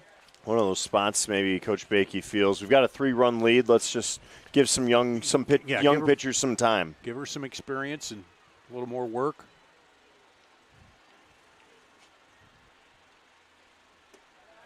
That one's high. What a good problem to have for coaches, too. No shortage of pitchers.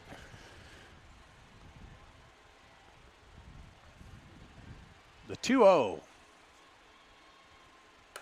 Right back at her. And I don't know if it caught her leg or not, but looked like it glanced off of her left shin. And umpire's going to check on her really quick just to make sure she's okay. I think it was a glancing blow. Just right. Yeah. Thompson hit that hard right back up the middle.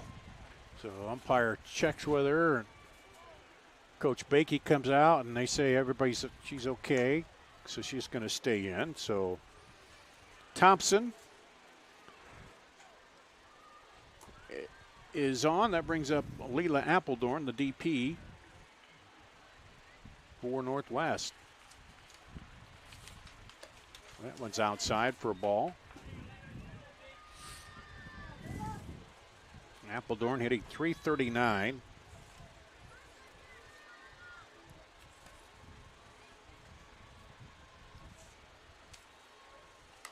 And just a slow roller of the first baseman. She'll turn and have to go to the second baseman covering.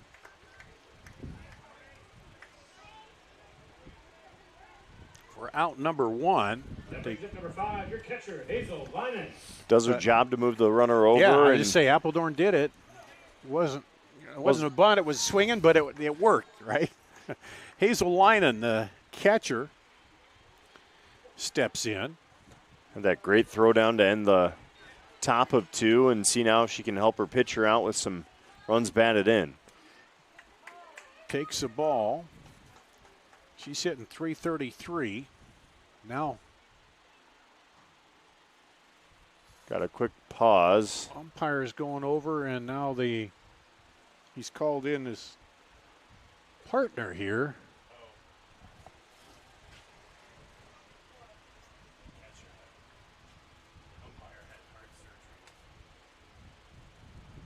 And he's going to take a break, I think. Yeah, I don't know if there's a problem with the umpire here. He's going to need to catch it, take a moment here.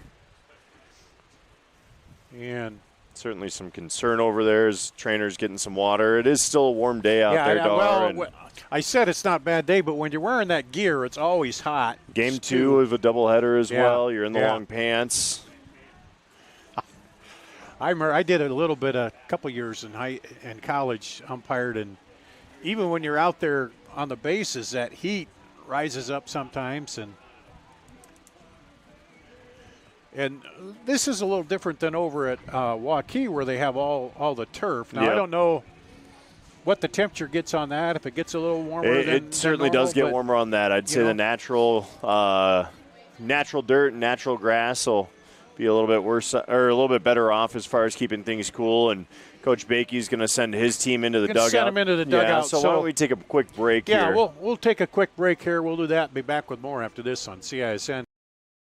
Getting your car serviced or repaired can be a pain. That's why Westside Auto Pros is committed to making it as painless as possible. If you wish, we'll come get your car at your home or office and return it when it's done. Or you can drop your car off here and we'll shuttle you to where you want to go. When we're finished with your car, we'll come pick you up and bring you back. If your car is going to be here for a few days, we offer low to no cost rentals. So give us a call and say, I can't wait to have my car serviced at Westside Auto Pros.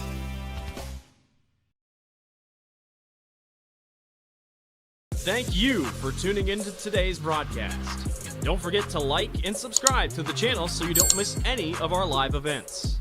You can also follow us on X, Facebook, and Instagram in the description below for more coverage of Central Iowa high school sports and the Des Moines Menace. Now, back to the game. Oh, geez. We're back here at Waukee Northwest and have a delay in the game. They're tending to the plate umpire, who is over getting some attention here. And we'll catch you up. Again, Valley scored 3 runs in the top of the first. Now Northwest here in the bottom of the second has a runner at second. 1 out. It looks like our home plate umpire is going to go get some support outside of the ballpark right now with some help from Brad Rose and Jim Dewey. And then I'll see what they do. They have the other umpire. She had the plate in the first one, but we'll see if they have somebody they can bring over. Now, they had baseball going on, but they I don't know how many umpires are sitting around on call for a spot like this. And so then, I think my guess is there may be a parent or two that could maybe take the field side of it. Yeah. Obviously, she has her equipment, but we'll see what the coaches determine here as well in Game 2 of this doubleheader.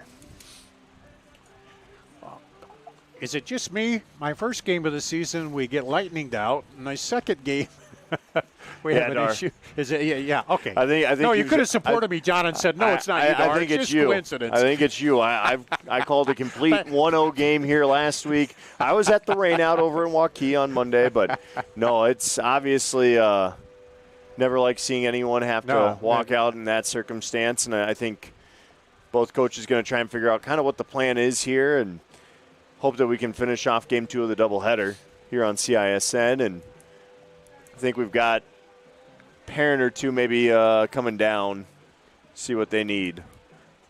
I think the other umpire is going to go and get maybe the gear. Yep. So she can take the plate, and then. Well, that gives us time to talk a little bit more if you want. I can hit the notes on Brad Rose and talk Jim about Dewey. Rose and Jim Dewey, because those are a couple of guys that, man. Yeah. and Rose started at Valley in 2009, obviously. Tiger Athletics, dominant in his time there since 2009. 29 state team championships, earned 5 State of Iowa all-sports trophies, and 7 Gatorade Players of the Year. That's pretty impressive stuff under an activities director. And then on the other side, Jim Dewey at Waukee, 41 state team championships, the activities department, 6 of Iowa all-sports trophies, and 2 Gatorade State Players of the Year in the 22 years at Waukee. And then, obviously, Northwest has just been nothing but stunning since their inception as well. 12 state titles, produced 2 Gatorade Players of the Year already, and clinched the 25-26 All-Sport trophies. So both of them storied careers as activities directors and guys that have stayed the course in places that, I don't think there's a ton of credit that goes out to the activities directors. They're working late think, nights. well, you got a lot of kids, and you're in, especially, well, then here at Northwest, Jim Dewey, he could have stayed at Waukee, but he said, no, I want to come over here and get this thing started. And if when you look at this complex rolling out here, baseball, softball, you see the beautiful football stadium. If you've been inside to see the gym in there and that kind of stuff, and then the track, and then, of course, I knew his dad up at Ames when I was there, and he's got a son that's in coaching, or is it at Yeah, I believe coaching there. But you're right. The activities directors don't always get the credit they deserve, and they're the ones too that help us, and they schedule the officials. They do all this kind of stuff. They're here closing up the facilities, powering down the lights late on a Friday night, then turning them back on in the morning when everyone needs to be back in for an 8th grade contest or whatever it is. It's not a 9-to-5 job. You got to be there in the evenings. But they love it, and they love seeing the kids and seeing how they go. And you talk about Brad Rose, when Valley for a while there, they had good football. The boys basketball team, it took a while, and then they came on, and then the girls basketball, and just everything just kind of flourished there. Absolutely. I got to point out really quick, Dar, we've got a dance-off going on right now. I think some shade was thrown by the Valley dugout there, and Mackenzie Moeller bust a move and needed a response from Northwest. So we've got a worm going on down the third baseline, and this is the action that people come to see if we've got any more angles on it. So there you got the Northwest side doing a little dance too. So again, trying to have some fun here as we're in a kind of a transition moment and making the most of the situation for these girls. And you mentioned not that far away from going up to Fort Dodge, and I got to imagine both these teams, barring some major upset, we're going to see them up there again.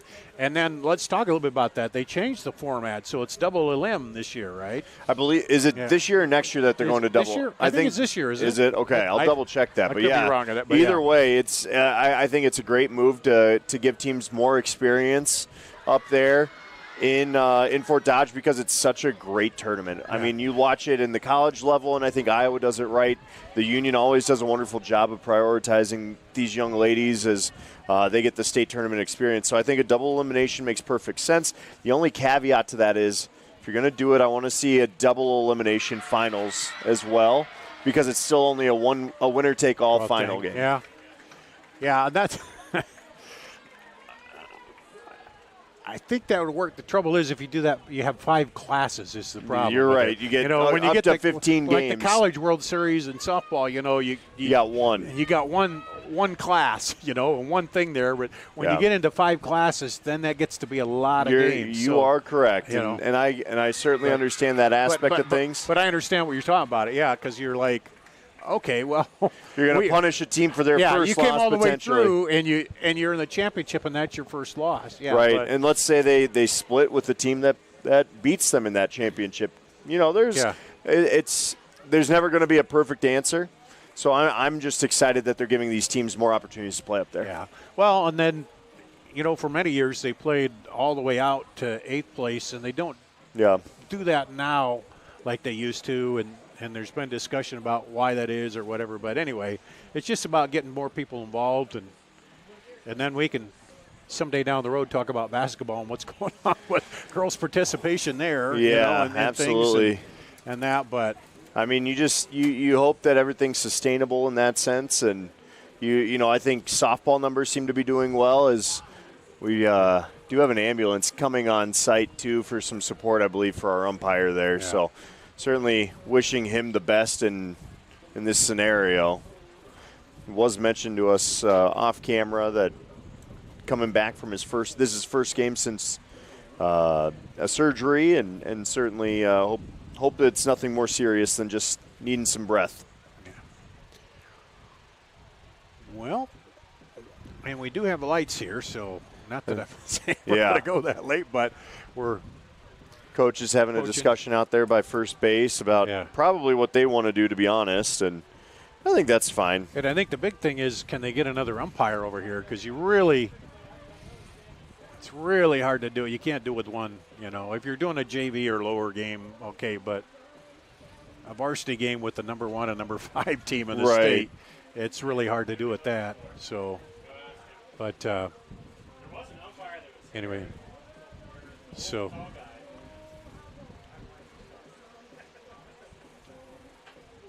we'll see what happens here. Let's take another break, possibly. Yeah, can we take another break here, Marion? We'll do that. Come back with more after this on CISN.TV. Ever have one of those awkward moments when a business disappointed you? You got ripped off? Didn't get what you expected? The Better Business Bureau can help you avoid these uncomfortable situations. BBB accredited businesses are honest, ethical, and reviewed annually by the BBB. Don't experience another awkward moment with a bad business. Trust the ones that operate with integrity. Look for the BBB seal. It's the sign of a better business. And find a better business anytime at bbb.org. You want to get stronger, faster, healthier. You want more. You want to be part of something bigger than yourself.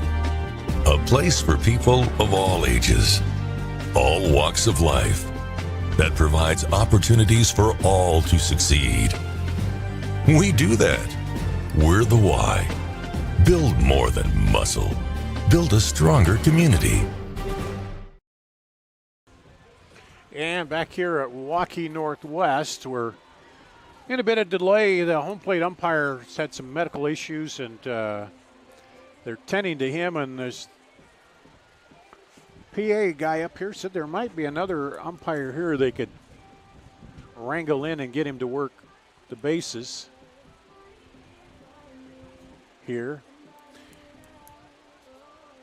And then there's, we were talking about a little dance-off competition going back and forth. There's a good, healthy competition between these teams, you know. No shortage of rivalry between either of these schools, even if Northwest has been short in their is still a bit in their infancy as things go. So, but again, my bet is most of these girls have played club ball at some point with one another too. You look at the club programs across Iowa, and they're so strong right now, and now they're passing a softball back and forth, I think, with some messages toward one another. So, again, these girls getting creative with how they're passing the time today.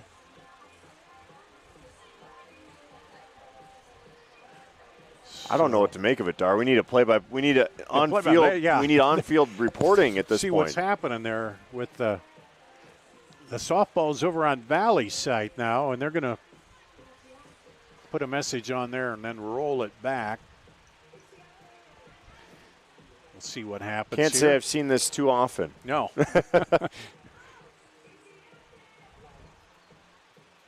And it'll get sent back over. The underhand throw back over with some pizzazz to it.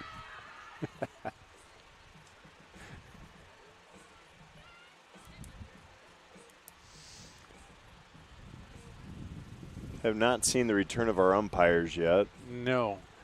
Well, I think the woman who was doing the bases who did the plate the first game went out, I think back out to her car to get her equipment. So for you, those of you at home that don't know, most of these crews will split games. So if you do home plate, you'll do field the next game, and they use that in between time to go refresh themselves, change out of their gear or add their gear. And so all of them have their gear on site. But again, this is a little bit unprecedented. Haven't seen a situation like this in my time calling or covering games. Probably a good thing, I'd say. But yeah. Well, I remember a few years when I umpired as the rookie, it seemed like for some reason the senior umpire always wanted to do the early game when it was, or do the late game behind the plate when it was cooler. Can't imagine why there. I don't know why, but of course I was a lot younger then and could handle the heat a little better. But anyway, so. Why don't we head to one more break here and see if we can buy another couple minutes of a break here from Northwest, sitting 3-0, only one out, still in the bottom of two. So we'll do. Hi, I'm Chris from Fireplace Superstore. Outdoor furniture season is here, and we've got you covered with the best selection in Central Iowa. We're featuring Poly Furniture by Berlin Gardens.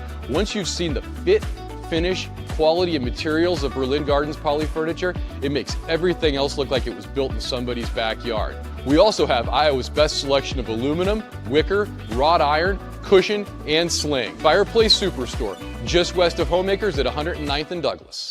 Free Godfather's Pizza begins with the download. Order through my new online ordering app and start earning free pizza and sides. It's easy. Download the Godfather's Pizza online ordering app today. Do it.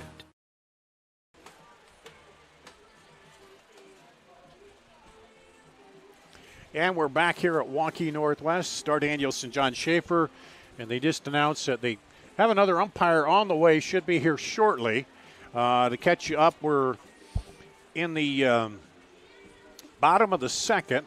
One out, and Waukee Northwest has a runner out at second. And the umpire had a medical issue behind the plate, so he is left, and they get another umpire in. And we should be able to resume here as soon as the umpire gets in. And Hazel Linen dealing with a 1-0 count right now in the box. Still up to bat for her, and catcher for Northwest. Again, Tigers jumped out to that quick lead, and I was really impressed by how confident they were with the bats to just try and get some cuts going and really try and jump on this one early after we saw what they could do at the end of the game one there, getting an early run and having some threats to make that a closer game. Yeah, and they probably said that, because they had a little momentum at the end of that, but it started just a little late. They had two runners on with 2 outs, and were just down a run, needed one to tie it, and they couldn't. But then in the top of the first, they had a ground out to lead it off, then a walk, then a single, then an error, and then another walk and a sac fly, and they got 3 runs in. So,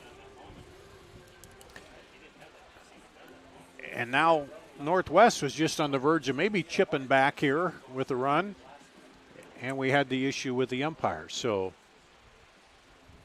certainly sending our thoughts and prayers out for him and hoping everything comes about okay with it. And let's make a pitch. If you're out there and you're ever thinking about umpiring, especially younger kids, Yes. When I started and did it way back when, the training wasn't as what it is now, and with a little bit of everything. I'd done a little soccer refereeing, and even in that, they give you so much training and help now because they want you to succeed.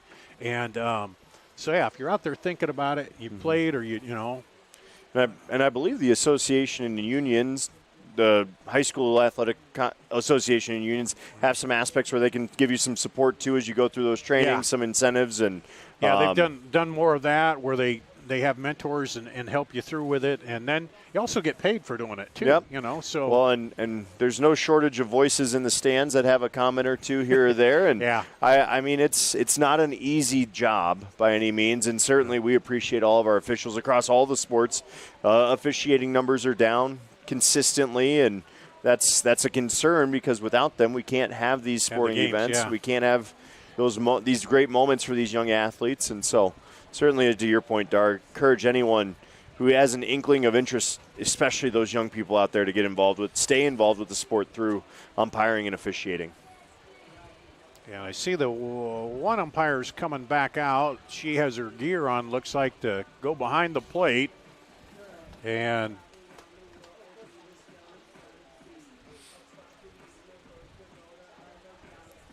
we'll see. I imagine when the other one gets here, we'll be ready to get started and get underway. Coach Bakey coming out, going to take a little infield. A little re-warm up here. Yeah, because what's it been? It's probably been about 20, 30 minutes. Yeah, I mean, our game started right at 7, and right now 7:50, so.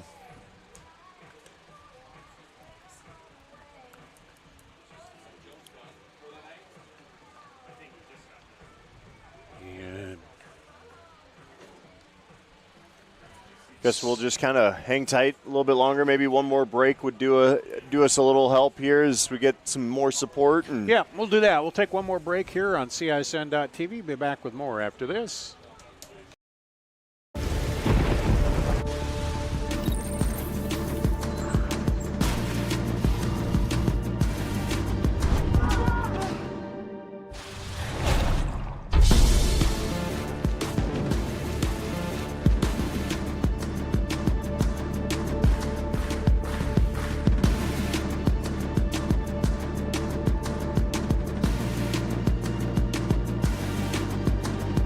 It's hard to stop a train.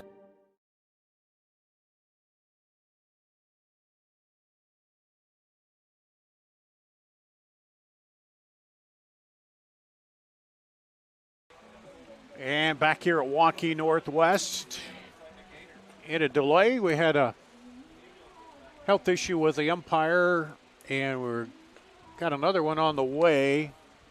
He's going to step in here. And we should be ready to go to catch you up. Valley scored 3 in the top of the first. Northwest went down 3 batters. Then Valley got 1 single but stranded the runner at third. And now in the bottom of the second, Meredith Thompson got a single. She's at second. And Leela Appledorn was grounded out, advanced the runner, and Hazel Linen is at the plate with a 1-0 count. So as soon as we get our other umpire out here, we'll be ready to go. So I got to say, Dar, Northwest versus Waukee, jersey-wise, who are you a bigger fan color scheme-wise? I'm going to put you on the spot a bit. Well, as an announcer, I'm going to say Valley because you have the big white numbers. Waukee, when they wear those jerseys with the blue numbers, sometimes they fade in. Yeah. But I do like the black and blue, and Valley's got the all black. We see a lot of teams, even though black isn't their main color, everybody has a black uniform now. Don't bring that topic up between Iowa State and Iowa fans. No. They'll have comments for you. Well, yeah.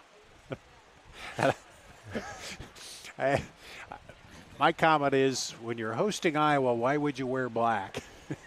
If it wins, it wins. Yeah. Superstition might play into it a bit. But they ended up losing that game. You're right. You have a point there. Yeah. So I don't know. Yeah, that's part of it too, superstitions in the wind. So now the coaches are coming back out here. Going to talk about it a little bit.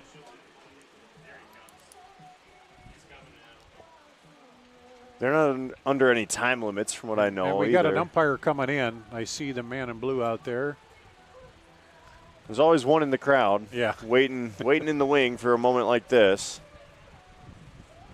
So I think obviously thankful for that situation and just hope that everything's good to go.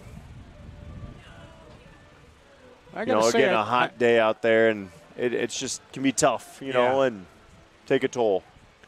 I think this is this is the first time I've seen that issue with an umpire. I've seen him take a ball where they get their cage rattled a little bit sometimes, Right. but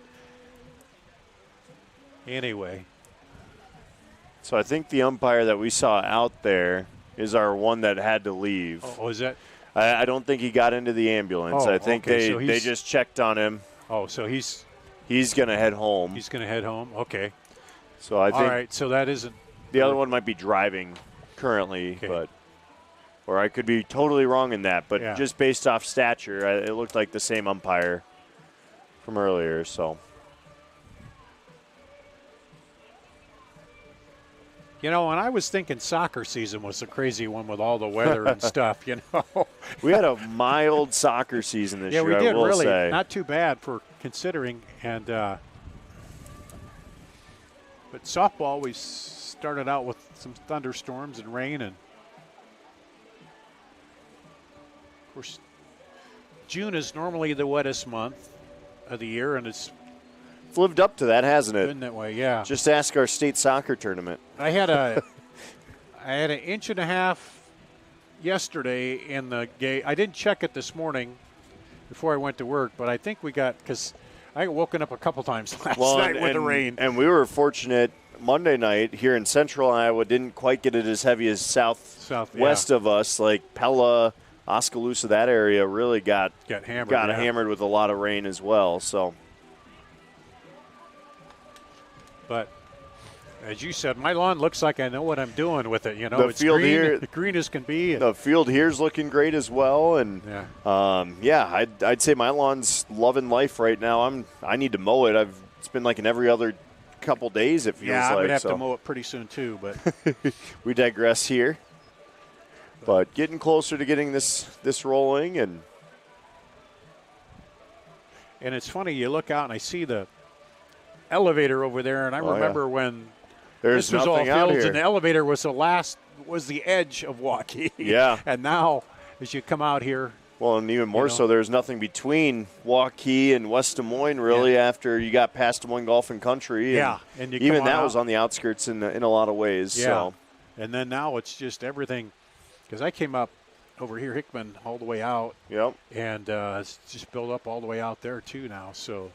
Yeah, I'm out of Ankeny, and that's another suburb that's growing like crazy. Yeah, I remember when my son played Little League at the Diamonds out there, and there was nothing around but cornfields, and now that's all just it's all developed. I mean, they're basically touching North Polk nowadays. So. Yeah, and I don't get it. How can we keep these cities keep growing, but Iowa's population only goes up like 2-3% every year? It's a great question.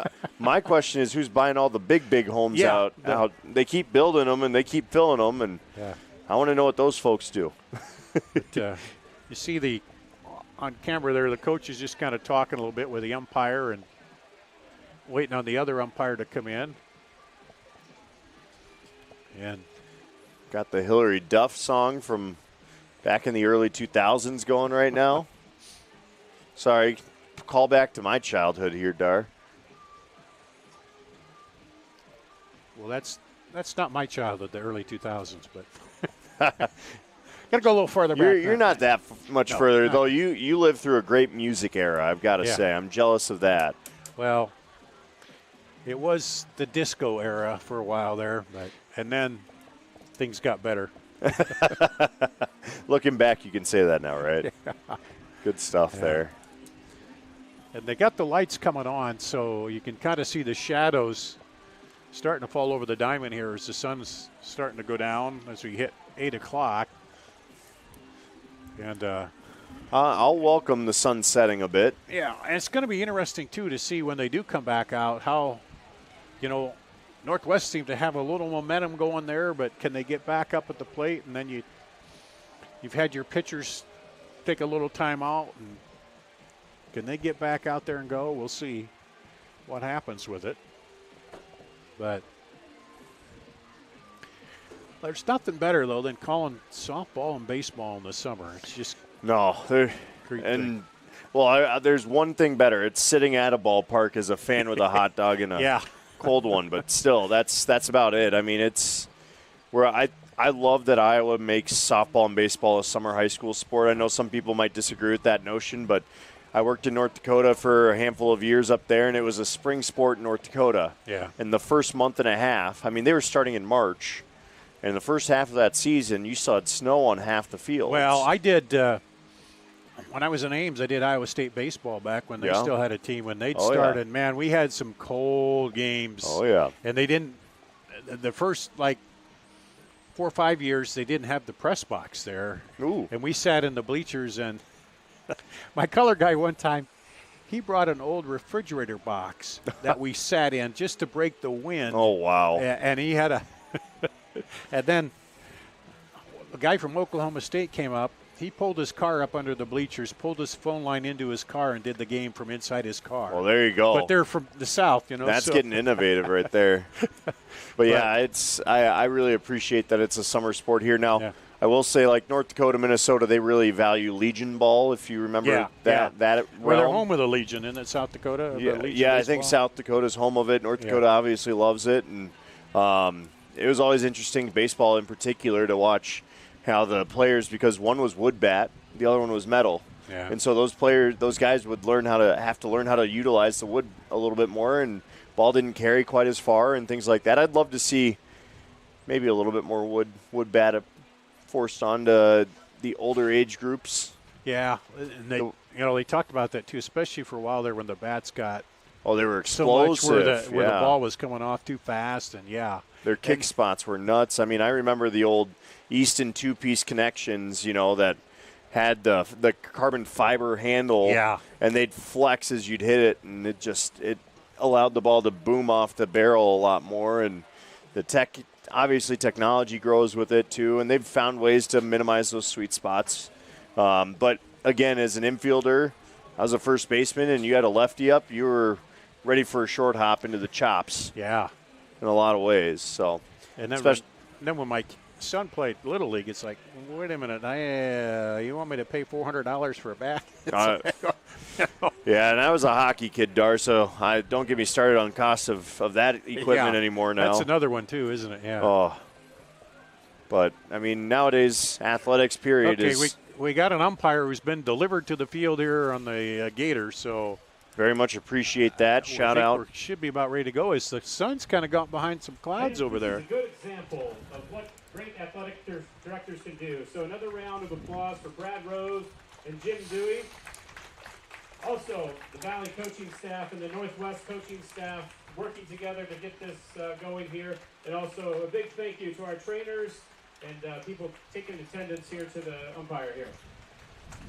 All right, so we'll be just about ready to go here.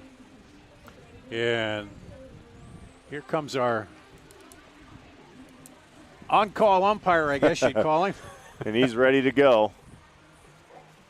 And again, appreciate all those umpires out there. Yeah. Certainly, I mean, we're in the big schools right now, obviously with 5A, but you get into some of those small communities and there's one or two, or some of these umpires are making long trips out to some of those schools to support this, and they do it because they care as much about giving these opportunities to these kids too. So props to all of them.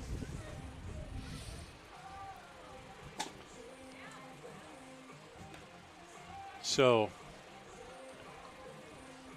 Teely Swingdorf came in to start this bottom of the second here, and she's back out there in the circle warming up. And Laurel Richards is over there buttering up the umpire. No, I'm talking to him over. Or no, that is Thompson. Thompson. Yeah. Yeah. I mean, she's probably letting him know, hey, I'm going to steal third. I'm going to need a safe call right out of the gate here. I'm going to third, so be ready. They put him right to work. He's already cleaning off first base. And, again, just glad we're able to keep this thing moving. Again, thoughts going out to our home plate umpire in this game that had to step away. Fortunately, recognized something was off with himself. And so there's the throw down, and Hazel Linen, the sophomore, will come up. She has a 1-0 count. And this is her first at-bat in this game, hitting .333 coming into the doubleheader. And here we go. Schwingdorf, the pitcher. delivers this one, hit toward right center, going back, and the right fielder comes over. And Thompson stayed right there, realized it wasn't going to be very deep, so there's 2 outs, and brings up Elena Schulte, the first baseman. Good job by Cibula to come in on that one and take that first step and get on it. This one hit toward left. Cooley coming in. She'll make it just before she gets to the infield. So all that waiting and a couple quick fly outs here for Northwest. We'll go to the the top of the third with Valley leading 3-0 coming up to bat here on CISN.TV.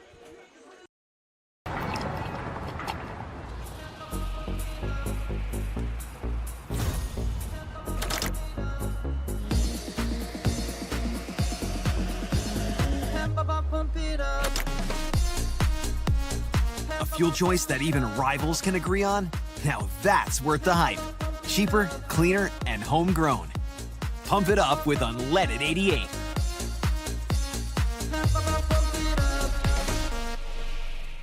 Over 1,300 vehicles on WaukeeChevy.com. Schottenkirk Chevy Waukee. If we don't have it, you can build it. Newly expanded service department means we're hiring. See the openings on WaukeeChevy.com. Schottenkirk Chevy Waukee. WaukeeChevy.com.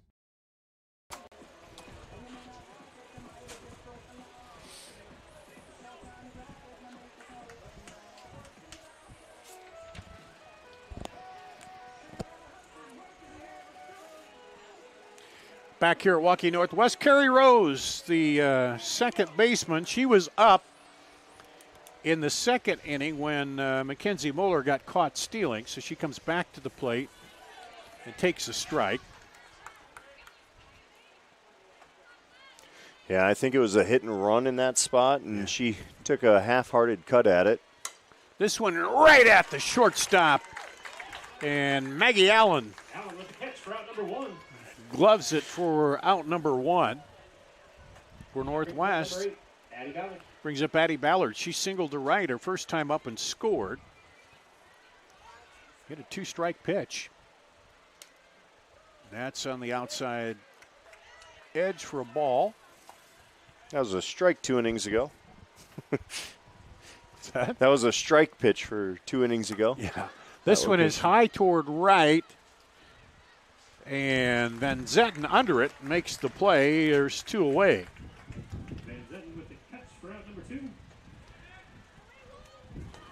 So go ahead. Baseball game behind us, 4-1 right now. Waukee Northwest, they're just through 1 inning, so we're still ahead of them there, Dar. Oh, yeah. Brings up Ilsa Hervey. She reached on an error, and that error scored some runs. Takes high.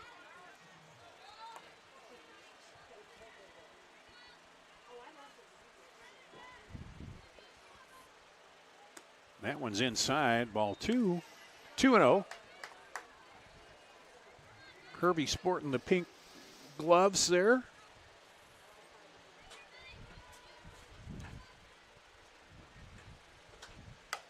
Chops it through. The right fielder came in, but it took a hop on her, and it'll be a single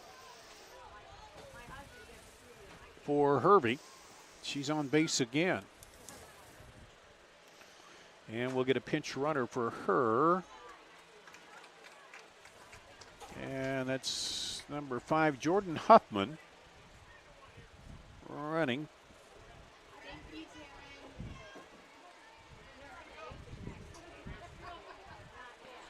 At first, up to bat is Bryn Cibula.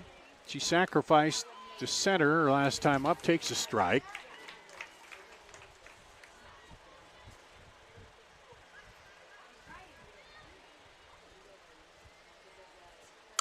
Rips this one through the gap between third and short. And we got back-to-back singles here for the Tigers. Lily Finn, the first baseman, she walked and was stranded at first back in the first inning. Bats coming to life once again in the heart of the lineup here for the Tigers, and they're threatening with 2 outs. This one, a chopper to third, comes up, fires across. And Valley, no runs on 2 hits, 2 left on. At the end of 2.5, Valley up 3-0. The Wolves coming up to bat here on CISN.TV. Getting your car serviced or repaired can be a pain. That's why Westside Auto Pros is committed to making it as painless as possible. If you wish, we'll come get your car at your home or office and return it when it's done. Or you can drop your car off here and we'll shuttle you to where you want to go. When we're finished with your car, we'll come pick you up and bring you back. If your car is going to be here for a few days, we offer low to no cost rentals. So give us a call and say, I can't wait to have my car serviced at Westside Auto Pros.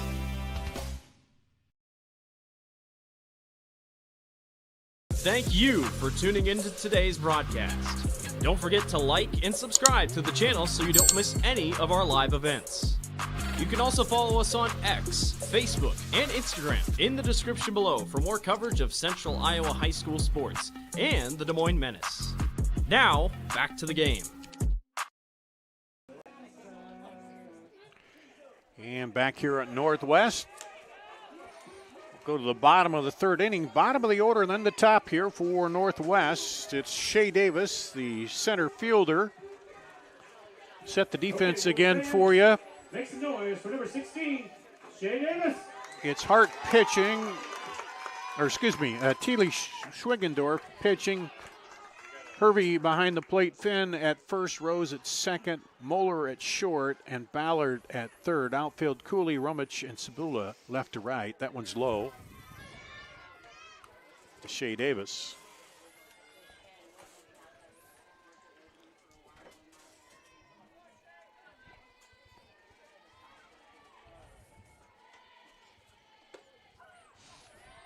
There's a strike. 1-1. Davis hitting .364 on the season. 3 homers. That one's high. 5 doubles, 16 singles coming into this one.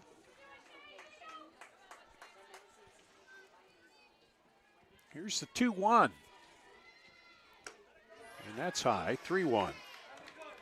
Good patience by Davis here at the bottom of the lineup. You brought it up earlier. Schlater, leadoff hitter, has a big bat. This is one of those situations why if you can get your 9-hole hitter on board. Rotate to the top. Swing and a miss, a big cut there. Sends the count full.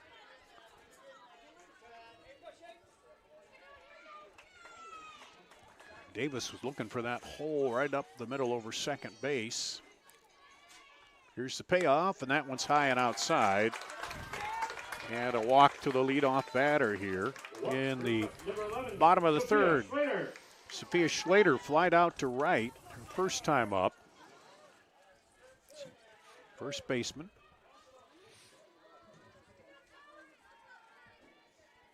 Northwest has had runners on first 2 innings. This one a chopper foul. Just have not been able to get it, move them around. How many freshmen do you know with 10 home runs in their season? Not many, but that goes back to that club stuff and playing all the time. And then the coach is saying, hey, if you're good enough, you're in there. Ooh, she thought about it there and decided to hold, and it caught the inside corner. Of course, Schlater, the ace for this Northwest team as well as at pitcher, so she does a little bit of everything. Here's the 0-2. Oh, just high inside. 1-2. Tried to get her, Schwingdorf did, tried to get her to chase at the high one inside on the hands. And just caught a piece of that one.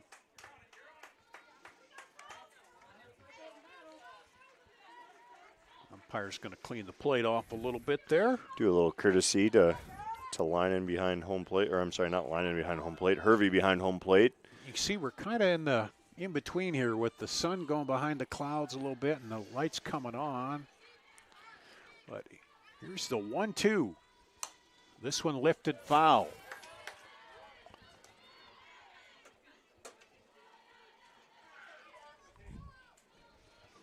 Good at bat here for Schlater, protecting the zone. Not going to give up a cheap one here. 1-2 again. That one way inside. 2-2. A 6-pitch at bat right now. She knows they need base runners.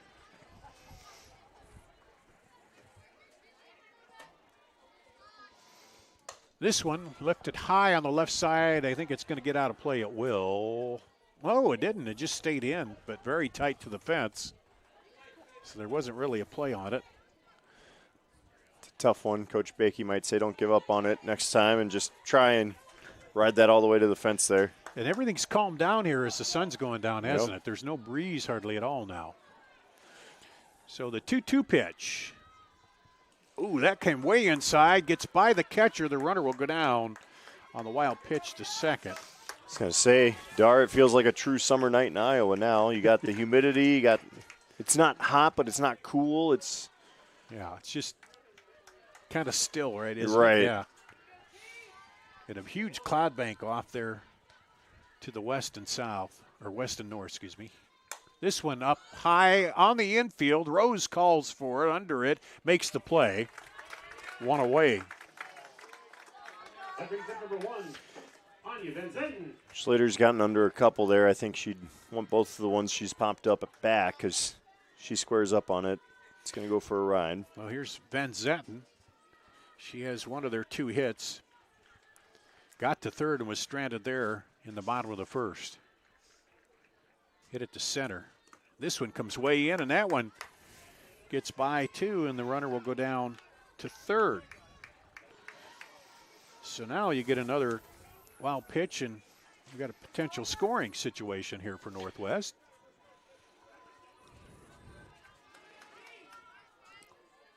(1-0) against Van Zetten. Takes a strike there. Schwingdorf trying to keep it low and inside here. She knows there's some power in this spot in the lineup, in the 2, 3, 4 spot. She doesn't want to give anything big up. This one lifted high on the infield. Rose draws a bean, catches it right by the circle. So Carrie Rose with Number 7, third baseman Laurel Richards. 2 flyouts to second base with that runner over at third. Richards now up. She grounded out to first her last time up. Northwest would really like to plate that runner at third to cut into the lead a little bit here. Not give up the opportunity. Held off on that high outside pitch for ball 1.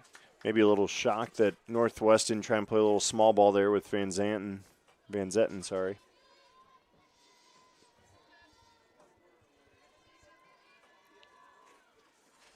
The third baseman rips it into the gap. Left center. That's down to the wall. She'll round and go to second. The run is in. And a stand-up double for Richards. Richards with the double. Into left center. Scores 1, brings up number 2, Maggie Allen. She had 3 doubles coming in. Richards jumped on that, hit it hard, well into the gap, and she wasn't going to waste an opportunity there with that pitch right down the heart. Let's see if we're going to have a pitching change here. Looks like maybe, yeah.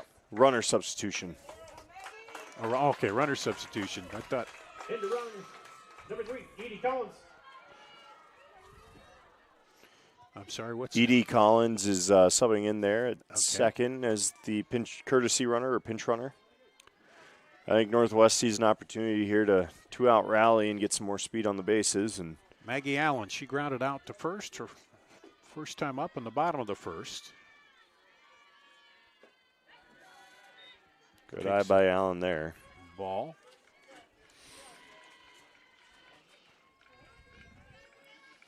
Again, young lineup for this Northwest team. Maggie Allen, just a sophomore in the 4-hole. Yeah. Several sophomores and freshmen in there. That one's inside for a ball. Trying to be careful with the number 4 hitter here.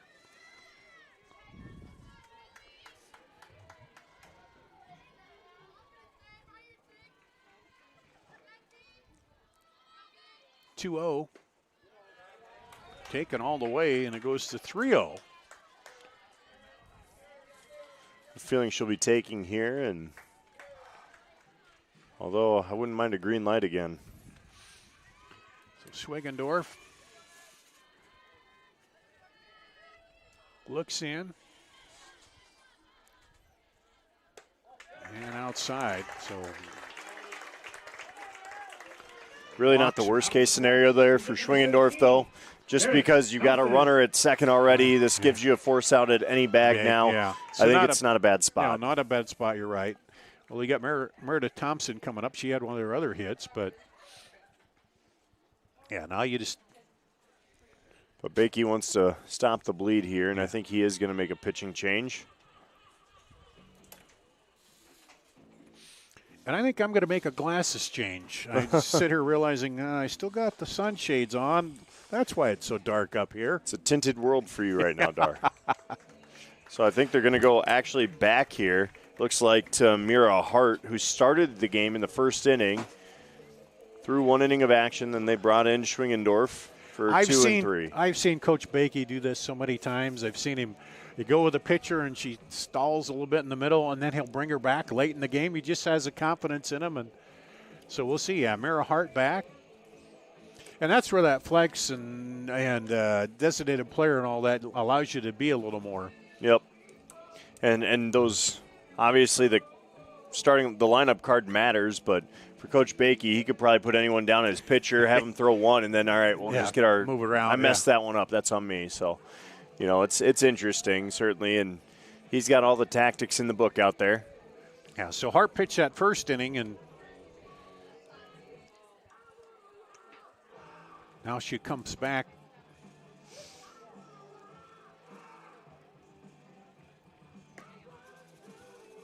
All right, Wolves fans. Yeah, and here we go. Stop your feet, clap your hands, make some noise for number 17. Meredith Thompson. Meredith Thompson, the sophomore, hit a single her first time up, was left at second base. She represents the tying run right now, but there's 2 outs, runners at first and second. And again, they'd like to get another run in, and there's time called. They got 1 in the inning.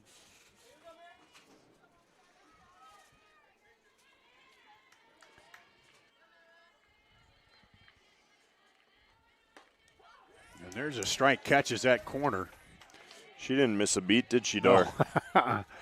And then we had that delay, too, and she comes back, and there's the 0-1 to Thompson. Hits that one. It's going to trail foul into the fence down the left field line.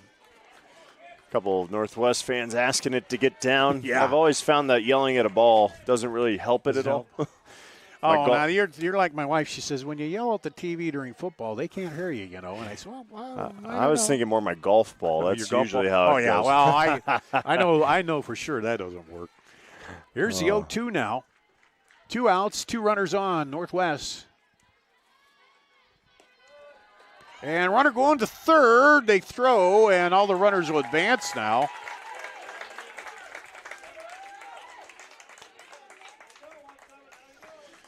Some heads-up base running by Richards there. Of course, she had the double 2 batters ago that ignited things.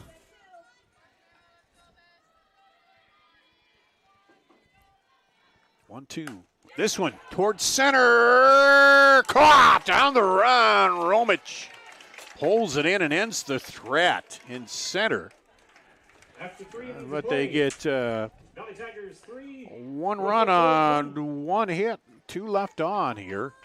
3-1 after 3 complete. We'll go to the top of the 4th coming up after this on CISN.TV.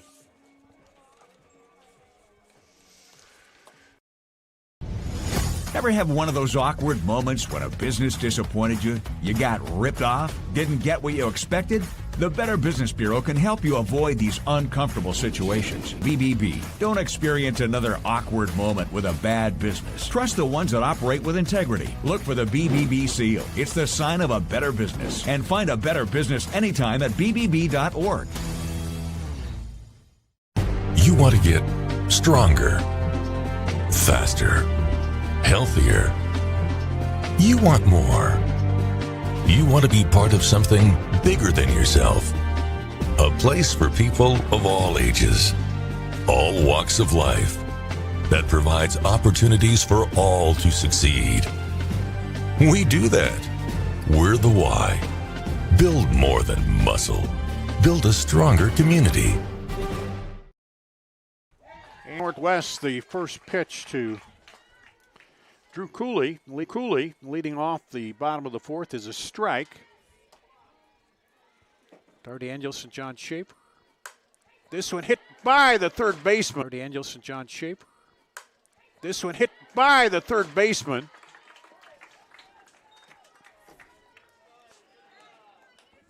And that ball hit and took off. Number 17, Mayor Hart. Brings up Mara Hart, who's now back pitching. She grounded out to the pitcher last time up. This one is lifted on the right side. First baseman goes over, catches it in foul territory. Slater with the catch for out number 1. For out number 1. Brings up number 12, Madison Zlomke. Madison Zlomke. She grounded out to second baseman last time up. One out, runner at first. This one, diving catch. Oh, got her at second. If she hadn't come down on that glove, she might have had a chance to flip it and get the double play, but. Yeah, great play by Schulte there to lay out and get it out of her glove for the quick turn. And again, props to her and getting out number 2.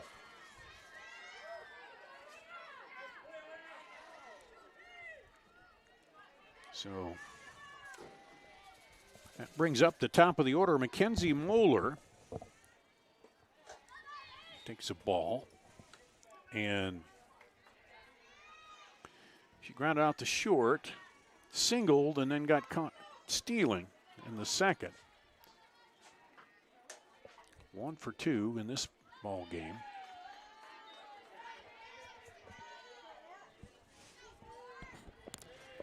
And are you burping or is that my headphones? That's just the headphones. I heard the pops as well. I'm not sure if those are going out on broadcast or not, but 3-0 count 3-0 there. So 2 outs, 3-0 count to the leadoff hitter Moeller, and there's a hot smash to third. Lost it for a moment, but picks it up. So the put out ends the thread here for Valley in the bottom of the fourth. No runs on 1 hit, 1 left on. We'll go to the bottom of the fourth coming up after this on CISN. CISN as they're covering the game tonight. Make sure you always tell your friends. Hi, I'm Chris from Fireplace Superstore. Outdoor furniture season is here, and we've got you covered with the best selection in Central Iowa. We're featuring Poly Furniture by Berlin Gardens. Once you've seen the fit, finish, quality, and materials of Berlin Gardens Poly Furniture, it makes everything else look like it was built in somebody's backyard. We also have Iowa's best selection of aluminum, wicker, wrought iron, cushion, and sling. Fireplace Superstore, just west of Homemakers at 109th and Douglas. Free Godfather's Pizza begins with the download. Order through my new online ordering app and start earning free pizza and sides. It's easy. Download the Godfather's Pizza online ordering app today. Do it. Number 14, Leela Appledorn. Leela Appledorn will lead it off here for Waukee Northwest in the bottom of the fourth. Mira Hart pitching. Hervey behind the plate. There's a strike to Appledorn, who grounded out to first her last time up back in the second. This one, hot smash between first baseman. It comes up to right fielder, and not quite in time, but a good play out there by Brent Cibula to try to make something out of that. Brings up number 5, Hazel Lyman. Lily Finn at first, Carrie Rose at second, Moeller at short, Addie Ballard at third, the outfield left to right, Drew Cooley, Priscilla Remich, and Bryn Cibula. The outfield there, and then running Sophie Holman. is Sophie Holman, number 0 in running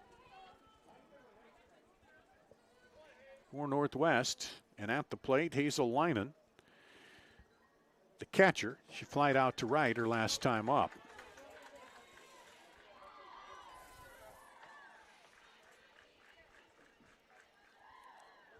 And here we go. This one fouled off.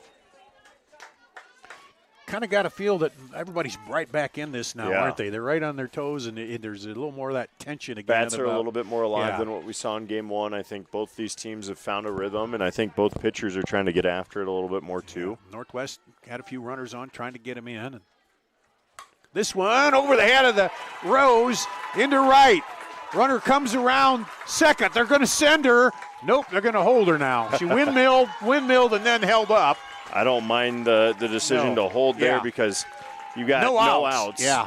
2 in scoring position now, and you're about to turn it to the top in a couple of batters as well. She had the windmill going at first, and then she saw the outfielder made a good play to pick it up, so she said, Great hit by Lynan, though, getting the hands out in front of it and flaring that one out over Rose at second. Finds the gap and drives it all the way to the wall. That's a big hit on the double. That brings up Elena Schulte, the second baseman. She flied out to left her last time up. At Northwest here. Tie run is at second. Go-ahead run at the plate right now in the form of Schulte. Here's Hart with the pitch. She squares the bunt. And strike one. Schulte with 15 RBIs this season, so she's been in this spot a time or two. Now let's see what they come back with. First baseman, third baseman in, as are the shortstop. The whole infield is in. Right at Rose. Rose will come home with it. Great play. Got the out.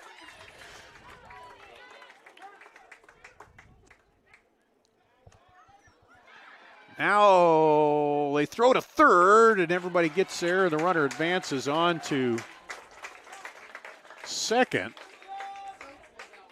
Schulte makes her way to second base. That brings up number 16, center fielder, Shay Davis. So they've got one out now, and the runners advance there.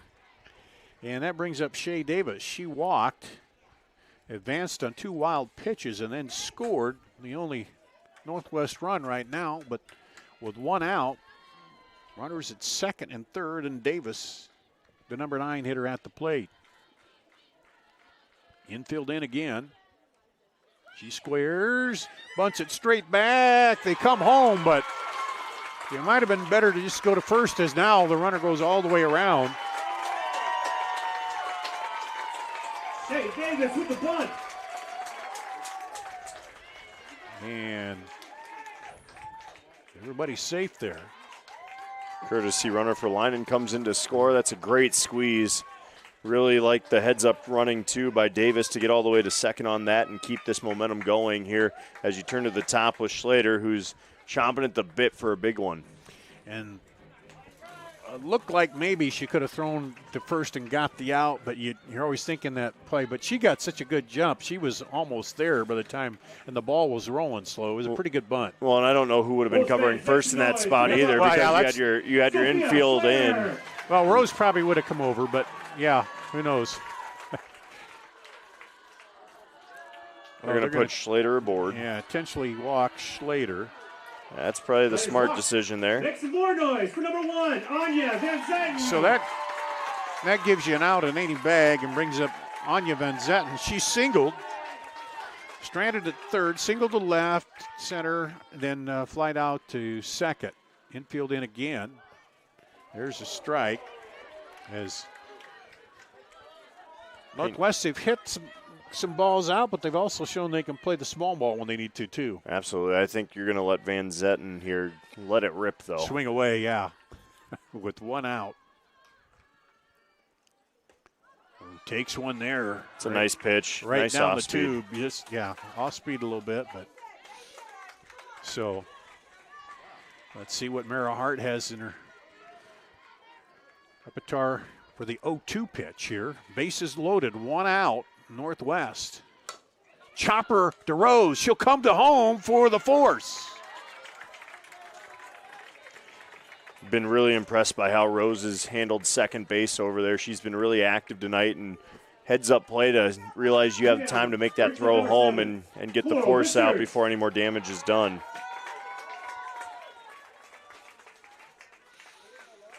So now it brings up Laurel Richards. She grounded out to first, hit a double in the third. And now up with 2 outs, bases loaded. Takes an outside pitch.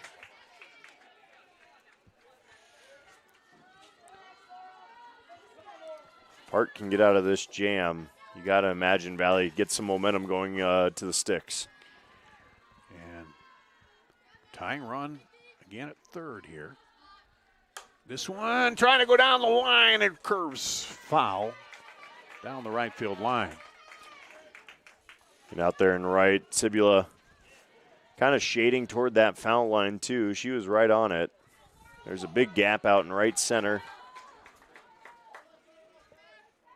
You'd love to find that one right now. Yeah, Richards was trying to go with that pitch, but here's the 1-1. 2 down, bases loaded. This one going that way again, and this one is off. Barrel's dragging just a little bit behind her hands there. If she gets those to turn just a little bit more, she's got some damage to do. I think that's what the coach said when she came down there. Carrie Eby came down and said, you're getting close there. Look for some heat from Hart. Here's the 1-2 now. That's low, bounces, and the run is going to score.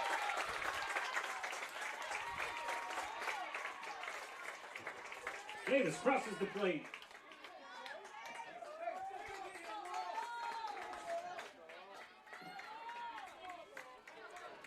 So the wild pitch keeps the threat alive, and another run across to knot this game up at 3s. It's very much for the Wolves to do more damage with. 2-2. This one right back at the pitcher. She knocks it down, but no play. Richards makes her way to first. That's not going to feel good on the shins either. No. Hart's a tough one, though. I'd Yeah. score that a single. That's a hard hit ball. Yeah, that is. I mean, you got to make an extraordinary play to knock that down and get the out. So Coach Bakey comes out and going to give her a little bit of time too, because where that ball was hit. It'll sting. It'll as the adrenaline wears off of it too, it'll hurt a little bit more. And I think Coach Bakey's going to bring in a substitute and bring in a new pitcher here with 2 outs, and that's going to be a tough spot to try and navigate with. Or nope, we're just going to get the trainer, it looks like. Yeah. I apologize. They need some of that soccer spray where they just spray it on there and she's ready The to go hyper again. cool stuff, yeah. I think So- she's a little tougher than some of those out there, but that comebacker, those are the scary ones. That's why you see the masks nowadays. Yeah. You think back to a player like Paige Lowry who had that scary one come back at her when she was at Mizzou. Of course, former DCG star. Who was the Dowling pitcher that she took one off the face? I can't think of her name right off the top of my head, but she took a bad one there too. Okay. And came. So that's you see more and more. The masks really girls. will at least prevent more damage from being done. It's still going to do some harm, but as Hart subs out, we're going to get a resub back in with Schwingendorf coming back, the junior.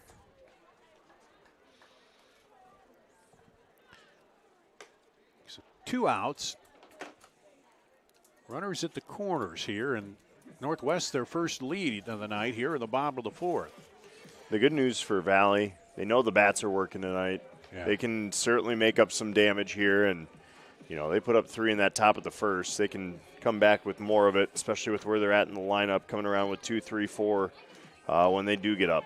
And this was Northwest just chipping away at you. You know, that's what it was. It wasn't any big blast for the most part, but single, double, fielder's choice in there, and then a couple bunts. Yep, a walk and then a single. So 4 runs, 7 hits, 2 errors for Northwest, 3 runs, 5 hits, no errors for Valley. Here is Schwingendorf comes back in. If you're just checking in, we had to stop earlier. Had the plate umpire had a medical issue and had to leave, so they called in another umpire. Number 2, Maggie Allen. At that point, was it 3-1 or 3-0 at that point? It was 3-0 at that point. Yeah. We were only in the top of the second. I think. Yeah, that's right. It was top of second, 3-0 Valley. Now Northwest is battled back here in the bottom of the 4th.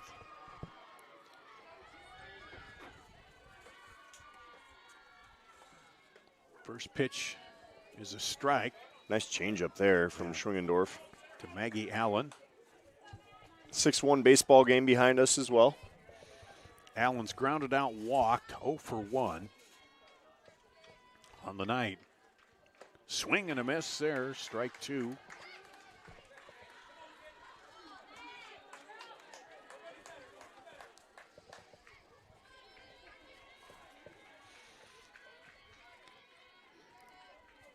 Oh, 2 pitch. This one fouled off.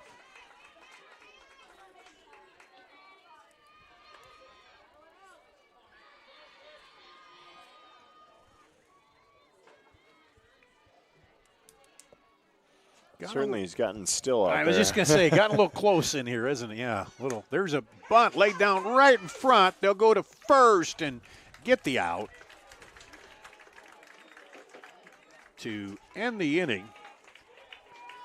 Northwest gets 3 runs on 2 hits and 2 left on, so Northwest up 4-3 as we go to the top of the 5th inning here on CISN.TV.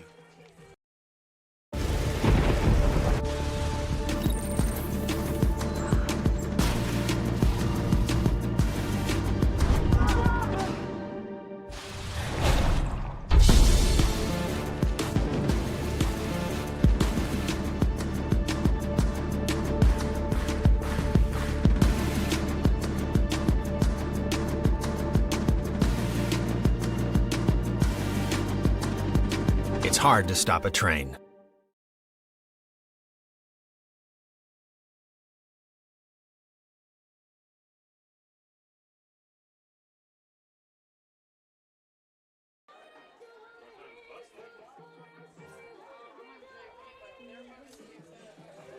Here at Waukee Northwest, we'll go to the top of the 5th inning. Valley trailing for the first time in the ball game tonight.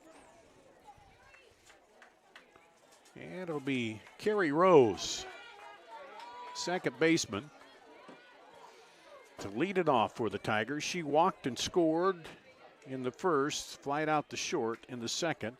0 for 1, tries to bunt there. Almost gets him with the drag. Yeah. She's got some speed. She's been busy over at second defensively, that's for sure. Yeah, caught a couple pop flies, made a few plays there. Of course, Carey just a junior. This one looping over. Shortstop will make it on the run. Maggie Allen. That's Maggie Allen with a catch. Z. Mendez. So out number 1. Good run to the right behind the third baseman by Maggie Allen, and that brings up Addie Ballard, who singled and scored. Singled to right, scored, flied out to right. 1 for 2 with a run scored here. The third baseman, that's outside. Zach Lukel's done a really good job of just kind of handling all the changes of pace in this game tonight, having to operate a bit out of a rhythm. Yeah, and then a little delay, and that's high. Ball 2.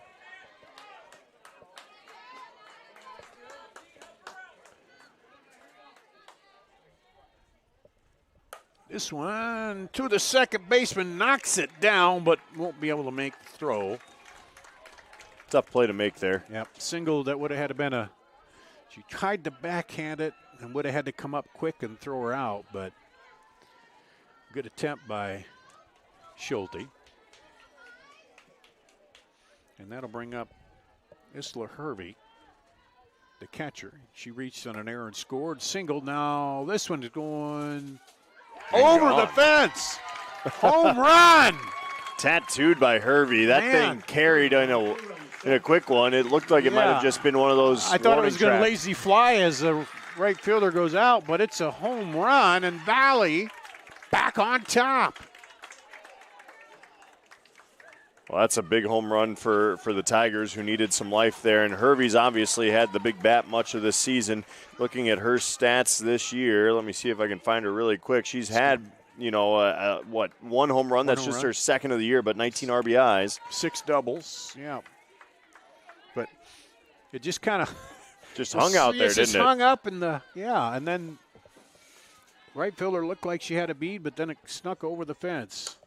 Sabulas hits it up to center field. Center fielder coming in and makes the play, Shea Davis.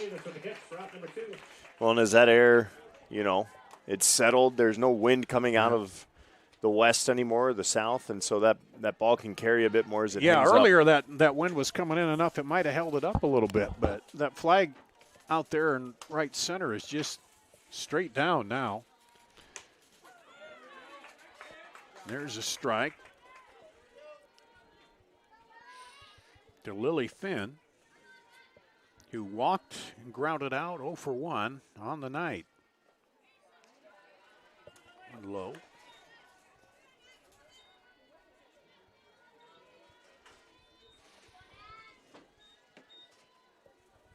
Zatluka was just kind of moving right along, and then boom, that one fouled off. Yeah, a little bit of broadcaster's jinx there for me. I was just going to say, you were praising her. And then boom. She was doing great, and one just left up a little bit in the zone on Hervey, and Hervey made her pay. Also just a sophomore, but what a big home run for her to get her team back up. This one lifted high. Shortstop coming over, makes the play on the infield, but not before the damage is done. The 2-run homer, a single by Ballard, a homer by Hervey, and Valley is up 5-4 as we go to the bottom of the 5th. Waukee coming up with the number 5 batter here on CISN.TV.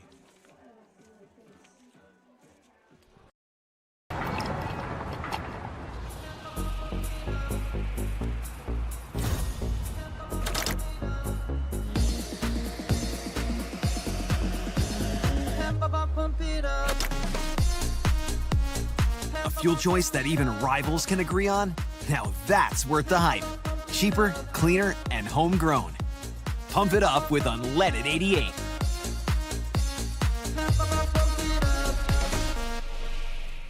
Over 1,300 vehicles on WaukeeChevy.com. Schottenkirk Chevy Waukee. If we don't have it, you can build it. Newly expanded service department means we're hiring. See the openings on WaukeeChevy.com. Schottenkirk Chevy Waukee. WaukeeChevy.com. Here at Northwest, well, they'll come up to bat in the bottom of the 5th, trailing here.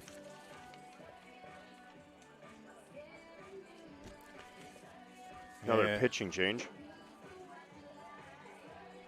I don't have a 25 in my roster. Let's see here.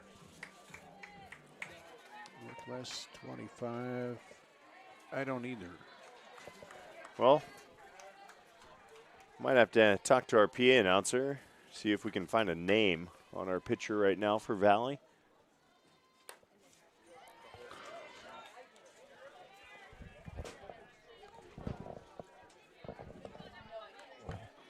Thompson fouls that pitch off.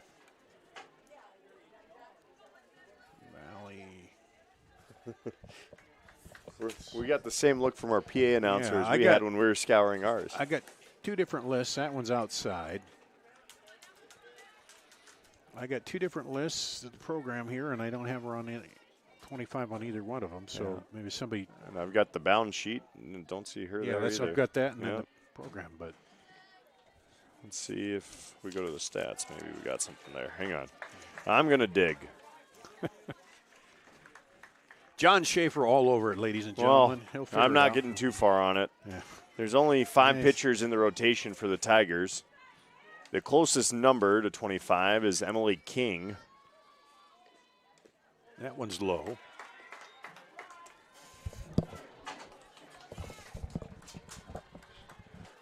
Maybe in the next half inning we can shout out at some of those Valley. See if we can find it. I don't see it here. 3-1 pitch. This one right back up through the middle by Thompson.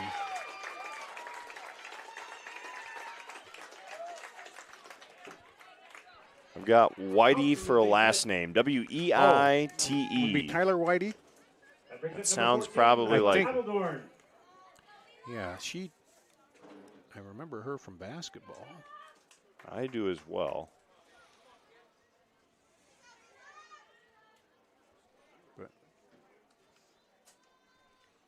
So now we have a pinch runner over at first. And if she turns, I can see her number, but it's getting tough under the night sky and the lights and the blue numbering and the screens on us, but I think Tyler Whitey is going to be right.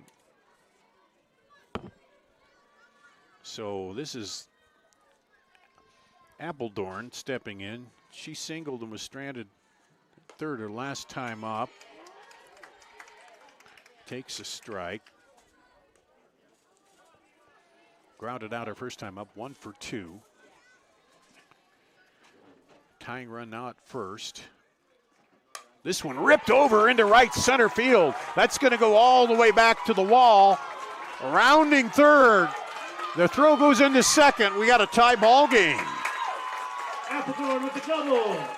Scores Pope. Appledorn with the double on the RBI to tie it up. That ball was roped out into the gap in right center, and there is no hesitation to send the pinch runner all the way home. Number 5. And the Bats have been well and alive in this game tonight. Leinen, the catcher up, she flied out to right, doubled to right, and scored. Part of the 3 runs in the bottom of the 4th that gave them the lead, but then they lost it. Now they got it back to a tie here, and takes one inside for a ball. Appledorn out at second. She represents the go-ahead run now with no outs. That one's low. Well, what did I say? I said, well, we weren't going to expect a lot of runs. But I should have been thinking maybe the double-header with, we're up there 5-5. That first game was a...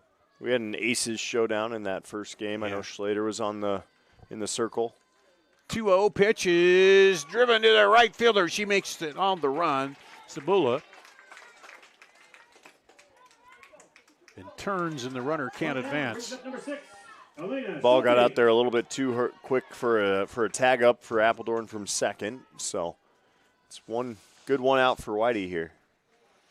And brings up Elena Schulte. She's flied out, reached on a fielder's choice, and scored in the last inning. That one's high, ball 1.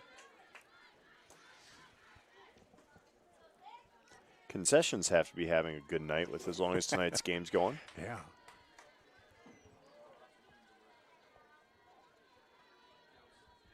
The wheel and the deal, and she came out like she might be going to bunt it, but it was high and laid off it. Schulte, the junior second baseman, looks into Whitey in the circle. Infield comes in, it goes low. They're thinking bunt. Try to move that runner over to third. Go-ahead run. And it's a 3-0 count now. See what she does. She swings away or goes to the bunt again. Yep, she's going to take it low for a ball. We got runners at first and second with one out. Brings up the number 9 batter, Shea Davis. Brings up number 16, your center fielder. She's walked. Shay Davis. Walked, scored their first run on after a couple wild pitches, then got reached on a fielder's choice, stole a base and scored. So she's got 2 of the runs. And Tyler Whitey, okay, we've got confirmation of that now. So Shay Davis at the plate. Infield slides in. Chopper goes to Rose, and she's run into, and they're going to call out for interference on the runner. That's one of those, is the runner, you got to read it and know you can't make that play across, and you're going to check on Rose. Just a quick correction, I think it's Taylon Whitey. Oh, Taylon Whitey. Okay. Yep. So I apologize for mine. Well, in that was sense, and like I say, trying to pull it up from basketball season, which was a while ago. So, Taylon, sorry about that. But so, I think that's a fair runner interference call. Certainly, she made an effort, but you can't meet the fielder in the line there. So that'll be out number 2. The runner's at first and second now with 2 outs. Oh, I think Bakey wants to make a case here. He could have. You got Rose there at second. She could have to twist it up. Yeah, but I don't know that that's going to be a winning argument. Take your one out and let's move forward.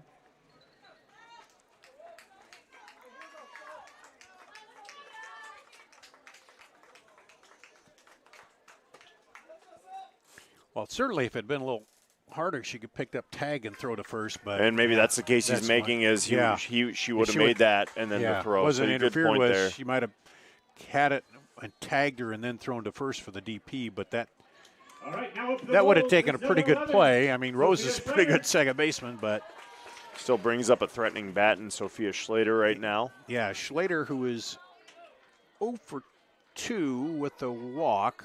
They're going to walk her again. Yep, intentional walk her second to load him up here with 2 outs. You know, I will say I know that's getting some jeers, but I do not fault Coach Bakey for saying let's get a force out anywhere, 2 outs, stop the bleeding, especially when that's your best batter for Northwest there. So that brings up Van Zetten. She singled in the first, flied out to second and reached on a fielder's choice, takes a ball.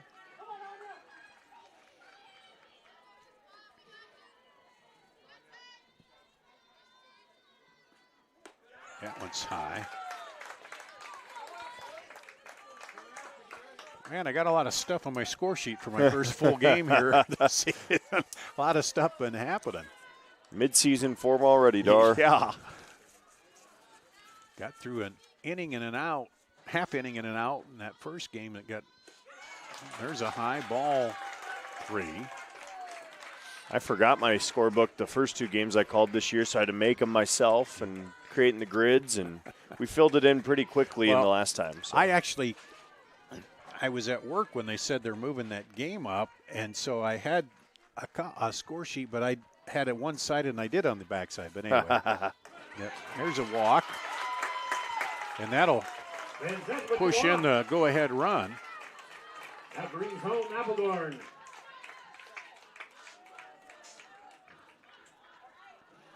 For Northwest. They're going to make another pitching change here. Looks like it. Although Coach Bakey didn't come out for it. Just a quick conference. Maybe they're just talking about, hey, get out of this inning. I think they're going to make the change regardless here. Taylon Whitey gets chased out and 2/3 of an inning pitched. That's her first appearance this year, according to the Bound stat sheets. Obviously a tough spot to come into, and Coach Bakey getting a rotation in of his pitchers here. Now we've got stepping in is Emily King, the senior pitcher.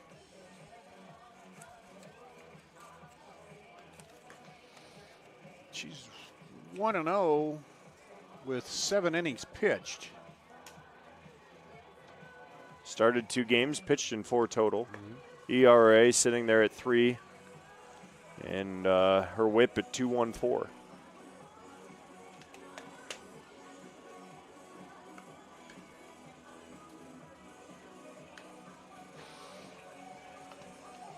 What a precarious position to come into a bit here. Bases loaded. Granted, 2 outs makes it a little bit.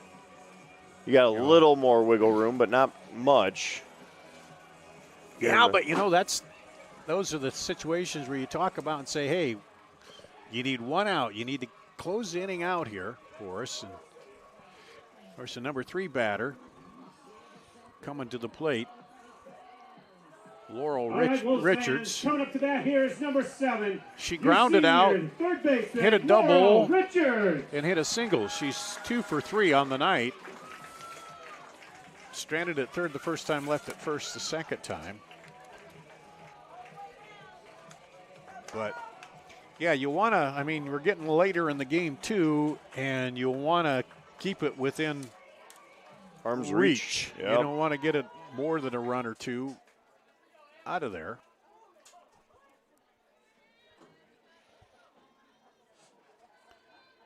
And King looks in to Richards. Ball 1.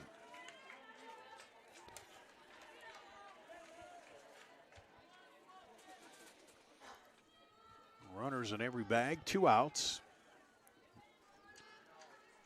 Northwest has plated 2 to take the lead here.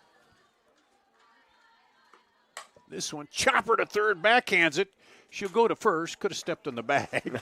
It goes to first. Force of habit. Yeah. And gets the out. So 2 runs on, 2 hits and 3 left on at the end of 5 complete. Northwest leads 6-5. Valley coming up to bat in the top of the 6th here on CISN.TV. Getting your car serviced or repaired can be a pain. That's why Westside Auto Pros is committed to making it as painless as possible. If you wish, we'll come get your car at your home or office and return it when it's done. Or you can drop your car off here and we'll shuttle you to where you want to go. When we're finished with your car, we'll come pick you up and bring you back. If your car is going to be here for a few days, we offer low to no cost rentals. So give us a call and say, I can't wait to have my car serviced at Westside Auto Pros.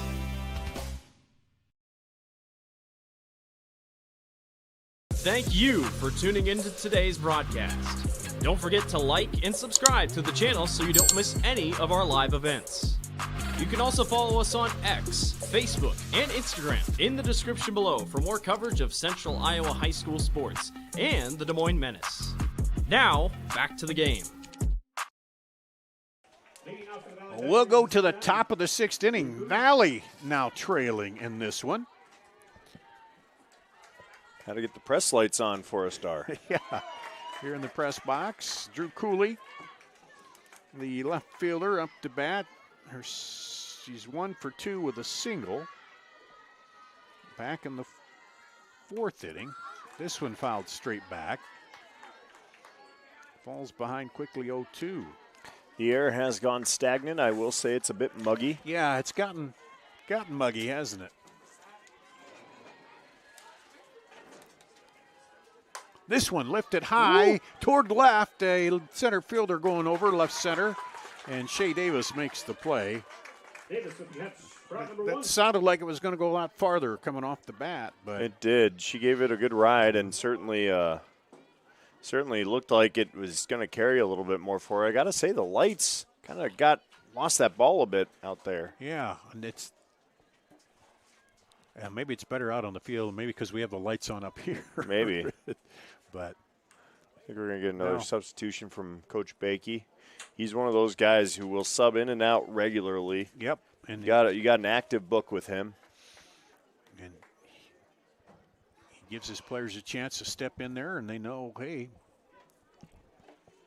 So let's see who he brings to the plate here.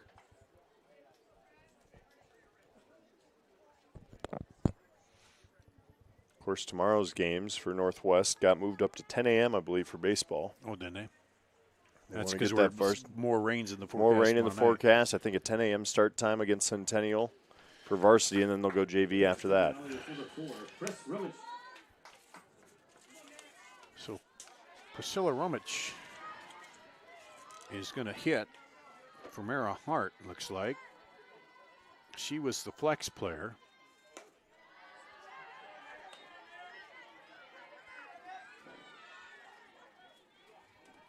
And she takes a ball. Flex player playing center. Takes ball 2.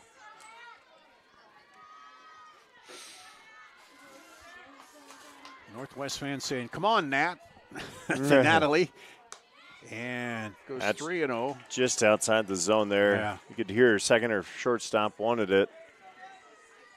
So she goes 3-0 here to the second batter, and that's outside. So now the tying run is at first.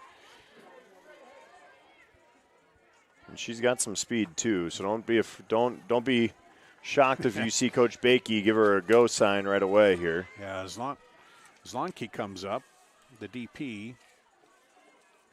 Romich coming into this doubleheader was 3 of 3 stolen bases. She gets a big jump off over there, but gets back. Strike 1 to Zlomke.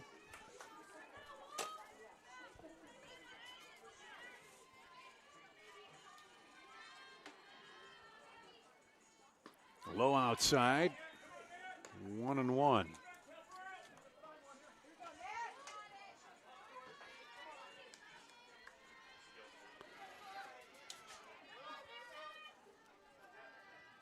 One and one. Runner at first, 1 out. Ripped high toward right.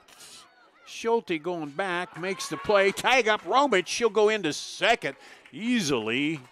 And if that ball had gotten by the shortstop into center, I got to thinking Romich might have gone up and gone over the third, but a sac fly to right. She is speedy. I mean, not many players are going to tag from first on a fly ball to right. And that'll bring up the top of the order, Mackenzie Moeller. 13 home runs. They want to put her on board and load the bases up. Yep. I don't blame them. Just kind of giving her the same treatment that Schlater's gotten tonight. Well, just put him at first and second because that was a sac fly, you know. So intentional walk here. 2 outs brings up Carrie Rose. Walked and scored, flied out twice to shortstop, 0 for 2. Takes a strike.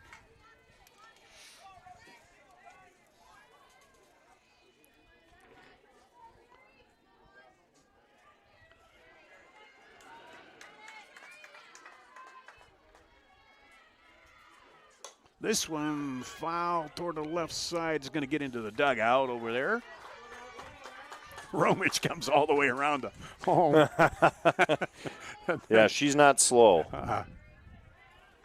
Oh, cool breeze coming in now. Shifting out of the north a little bit as we get that cloud cover's finally getting to us. With a little bit maybe of a front in there. Carrie Rose, 0-2. 2 outs, 2 runners on here. Outside, they look like they're going to pitch out for Romich, but she didn't go. Took a big lead, but nobody was over there covering, really. This one looped over the third baseman. Romich will turn on the way home. Good throw, safe. What a run by Romich there, and Carrie Rose gets the RBI. Well, Northwest is saying every rose has its thorns, and that was the thorn right there, right? Absolutely, and heady play by Rose to take second as well on the throw home. But you see the speed from Remich. I mean, that ball 20 feet, 10 feet out in the outfield and no hesitation. She was turning and going. It wasn't that bad a throw home. No, either. it was on the mark. So now a little meeting in the circle here for Northwest. And Rose lefty taking it down the line over the head of the third baseman, and We're giving a hand to Zatlukel, who's coming out, and who's the Peyton Smith going to come in, the senior pitcher. Peyton Smith. See if we can find her whole pitching this year. She's been solid, it looks like. Peyton Smith, she's started in 3 games, 1-1 this year. She's got a 5.63 ERA, 9 strikeouts, 2.77 batting average against. So we'll see if she can come in and get out of this 2-out jam as we sit knotted at 6s. Well, this has just been a good back and forth here. It's been a lot of fun to watch.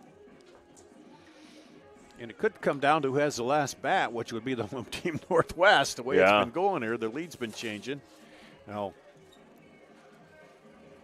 Northwest wants to get out of this without giving the lead back and come in with a chance to go up in the bottom of the 6th.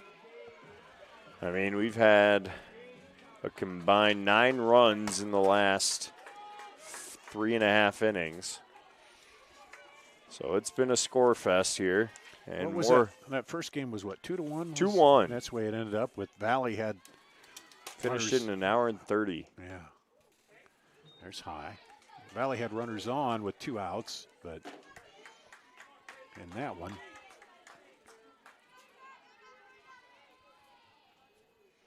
Here's Smith. Deals hot. Smash down the line, foul.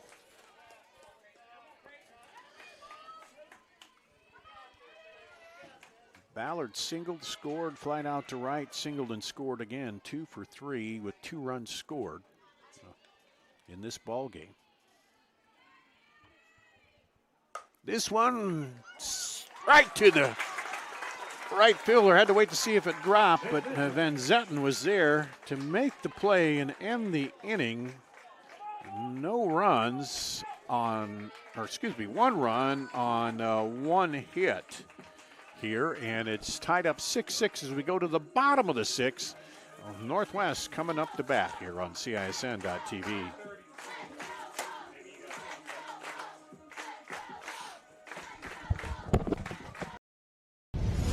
Ever have one of those awkward moments when a business disappointed you? You got ripped off? Didn't get what you expected? The Better Business Bureau can help you avoid these uncomfortable situations. BBB accredited businesses are honest, ethical, and reviewed annually by the BBB. Don't experience another awkward moment with a bad business. Trust the ones that operate with integrity. Look for the BBB seal. It's the sign of a better business. And find a better business anytime at bbb.org. You want to get stronger, faster, healthier. You want more. You want to be part of something bigger than yourself. A place for people of all ages, all walks of life, that provides opportunities for all to succeed. We do that. We're the why. Build more than muscle.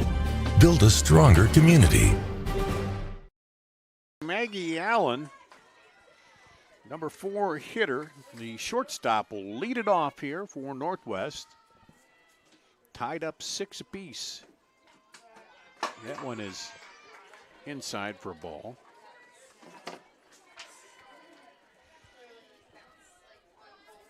Emily King on in relief. For Valley, ball 2. Finn at first, Rose at second, Moeller at short, and Ballard at third. Cooley, Romich, and Cibula left to right outfield. That one is low. Each of the last 2 innings, Northwest has gone through 8 batters, plated 5 runs in that span.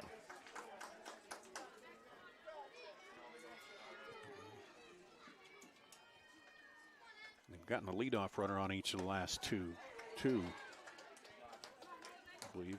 Yep. Looking at trends there, yeah. I mean, I think that's kind of your way to success in a lot of these scenarios. Get that leadoff runner on, and you can do some damage. Here's the 3-1.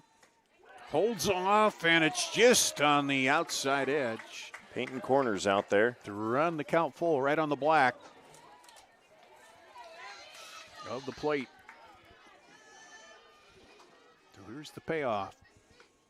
right off the pitcher, but the ricochet goes to Rose. How many of those have we seen today? Is that a 1-4-3 score? There's been a lot of comebackers, haven't there? Third one today. Yeah, we had one off the leg. And I think all of them have been against Valley. I think it got her forearm, and she says she's okay. It was her catching arm. Yeah, King, I'll check her out, but doesn't look too worse for the wear. It ends up being a big play for Valley because they could. That would have been a leadoff runner again. Yeah, leadoff runner again. And the go-ahead runner again. Brings up Thompson. 2 singles fly out and a run scored. 2 for 3 on the night.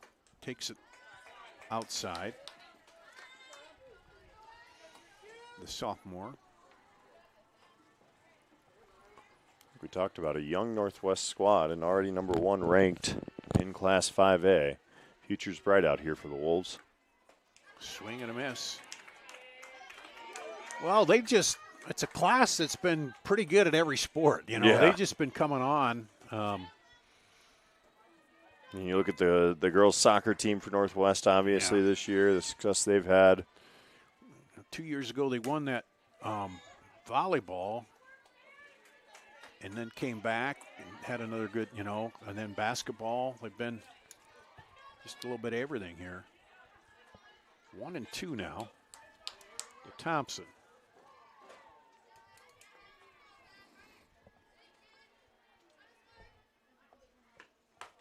And there's a number to the first baseman. Rose will cover and make the play.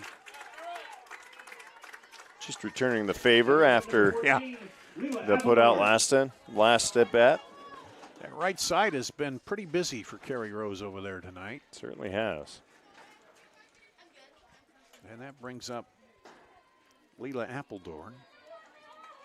Ground out single and a double and an RBI and a run scored. Holds off on that outside for ball 1. 6 run, 9 hits, 2 errors for Northwest. 6 runs on 8 hits for Valley. This one over to Rose. She'll scoop and throw it over, and she's involved in all 3 putouts. And Northwest goes down in order. That's the first time that's happened tonight. And we'll go to the top of the 7th. Valley with a chance to take the lead here on CISN.TV.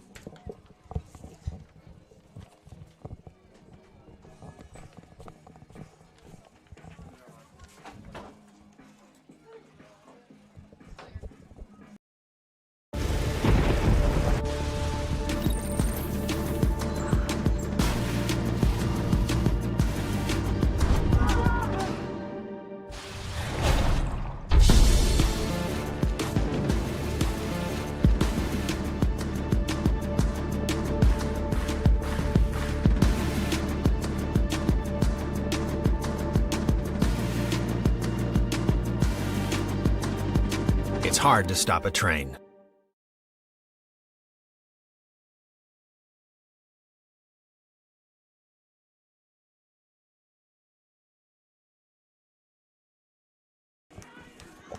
Here at Northwest, we go to the top of the 7th. Valley got their first 1-2-3 inning in the bottom of the 6th. Now come out here with 4, 5, 6 batters. And there's first pitch to Hervey is a ball. She hit one out of the park here in her last at bat. Reached on an error, singled, hit a 2-run homer. She's 2 for 3 on the night with 2 runs scored, 2 RBIs. Love to replicate her last at bat, wouldn't she? Yeah, she would. That would put them up there. This one is deep to right, but not quite deep. It's hanging up high, and Van Zetten is right there. See, that one had a better launch angle than the home run one. Yeah, that home run just scooted over the top of the fence. I just thought it was going to drop in, and it just kept going and right over the yellow line on the top of the fence there. Brings up Bryn Cibula here.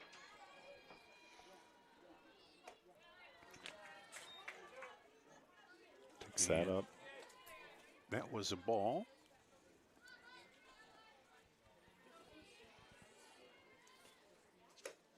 Outside, ball 2. Peyton Smith has come on in relief of Natalie. Is that local? This one hit shortstop, can't quite get there. Allen got a good jump on it, but it hit that infield and scooted right by her. And she would have had to make a good scoop and throw on the run to the right.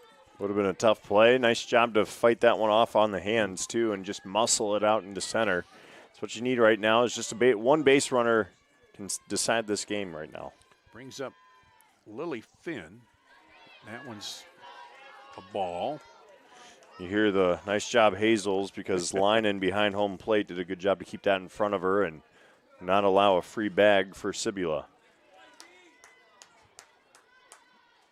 Linen catching, Scheller at first, Schulte at second, Allen at short, Richards at third.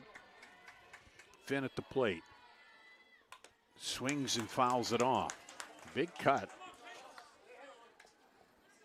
Being aggressive.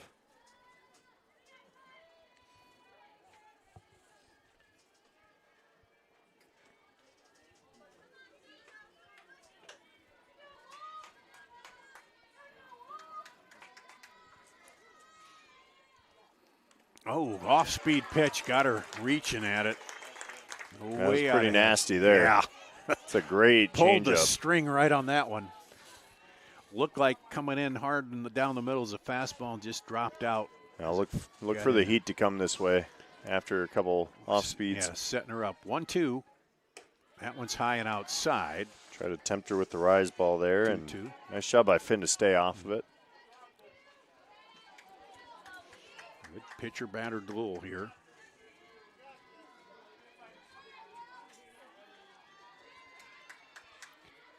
Two pitch. That one, change up that kind of hung a little more there. Yeah, Finn did a good job to sit back on it. You saw her take that early step, and then she kept it and got her hands on it. High scoring one tonight, though. It's been a fun one, Dar. Yeah, it has been. A little bit of everything here. Takes that one to third. You'll go to second and got her. I think that was the right call, too. I think that was a bang-bang play, but I think the throw got over there in time. We're out number 2. So Finn on the fielder's choice.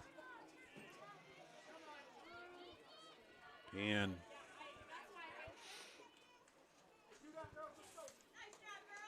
Coach Bakey bring a runner in. I think the throw just beat her there to second, if I'm honest. From my angle, Yeah. it looked like the right call, and those bang-bang ones are the hardest ones to make.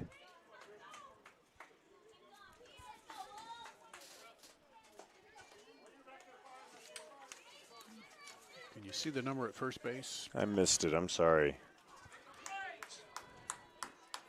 It's 6. Can't tell she's got Cooley at the plate.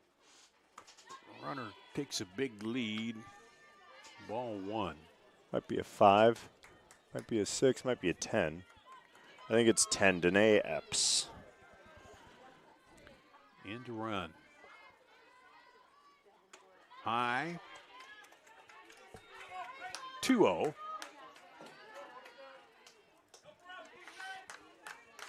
Peyton Smith trying to close this inning out, and they come in, and Northwest will have it last at bat here as first baseman comes over. I think she need a resin bag. Oh, yeah. Well, I could see that. Get the chalk out as it's slippery. Little. I mean, I'm sweating up here, and I'm not even doing anything but talking. Yeah. Out there it's got to be. Here's the 2-0. And runner going. Got her. It's a great throw down. What a throw by Linen. What a throw down. We are tied at 6s as we head to And the bottom of the 7th. no runs on one hit. We go to the bottom of the 7th with Northwest a chance to take this one from Valley here. Stay with us. Back with the 7th after this on CISN.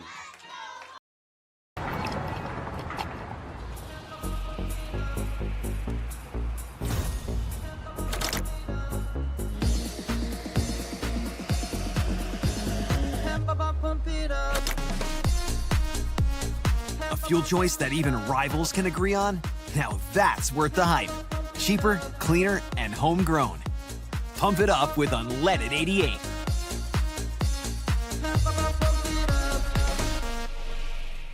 Over 1,300 vehicles on WaukeeChevy.com. Schottenkirk Chevy Waukee. If we don't have it, you can build it. Newly expanded service department means we're hiring. See the openings on WaukeeChevy.com. Schottenkirk Chevy Waukee.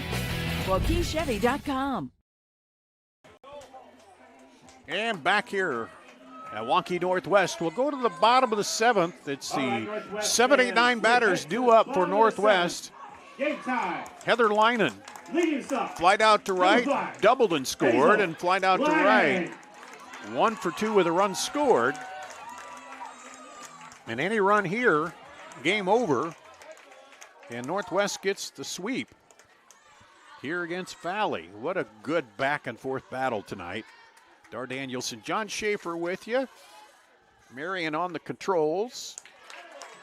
She's sitting outside where it's a little cooler now. Yeah, she's got that breeze. She says just a little bit. I mean, that air is still pretty stagnant out there, but big shout out to our full crew tonight. We've got a field cam. We've got our eyes up high, and then, as you mentioned, director, and then you and I, Dar. It's been a fun one getting you back in the swing of a full game tonight. This one lifted up on the infield. Catcher comes back and makes the play. Herbie. That brings up number 6, second baseman, Elena Schulte. Schulte's been pretty good today. Yep. Fly it out, reached on the fielder's choice and scored and walked.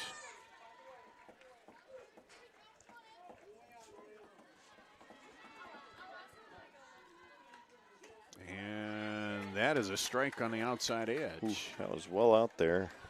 See Schulte kind of walking through that box as a slap hitter. Emily King in the circle. She's come on in relief, has done a pretty good job here. They got their first 1-2-3 inning last inning. That one's out wide. 1-1. King has a chance, I think, to get her second win on the season. If she can get some run support if we have to go extras. Here's the 1-1. Low. 2-1. And here's what you don't want to do is put one aboard right now because you've win, got Davis waiting in the wing, and then in the hole, Schlater. Which they've walked intentionally twice. Could very well see them do that if they get to 2 outs with her up. She'll leave that up, though. Now it goes to 3-1. Infielders giving a little encouragement to King there. Stay calm. This is a moment you don't need to put pressure on. She puts her hand in the dirt a little bit, too, trying to, then goes to the towel, trying to get the hand dry. Oh, couldn't get the edge there, and it's a walk. The go-ahead runner's on with 1 out. That brings up number 16, brings up Shea Davis. She walked, scored. The fielder's choice and scored. So 0 for 1 with 2 runs scored on the evening.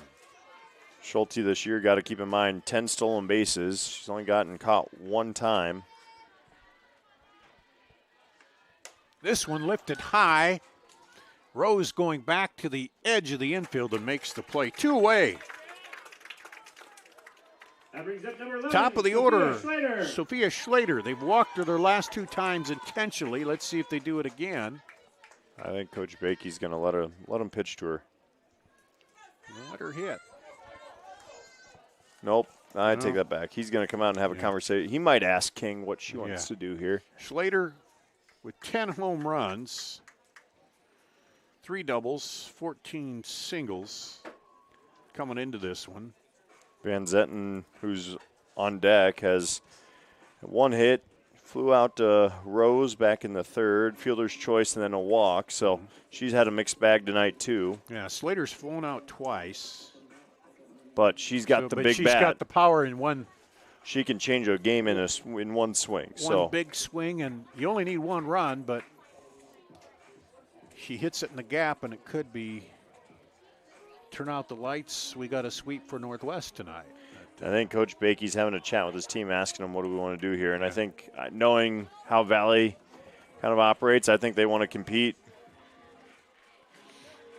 So umpire comes out. Says, they'll put her on. Break up. They're gonna, I spoke too soon. Yeah.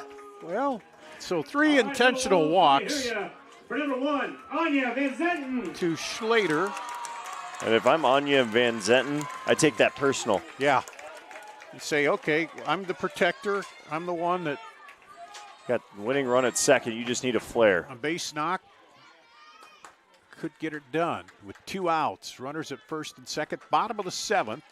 Northwest trying to take the lead and get the sweep here. They won the first one 2-1. Valley had runners on late in that one. A chance. Pitch is outside. Ball 1. Got to mention Schlater now, depending on what happened in that first game, at least up to 19 walks this season already.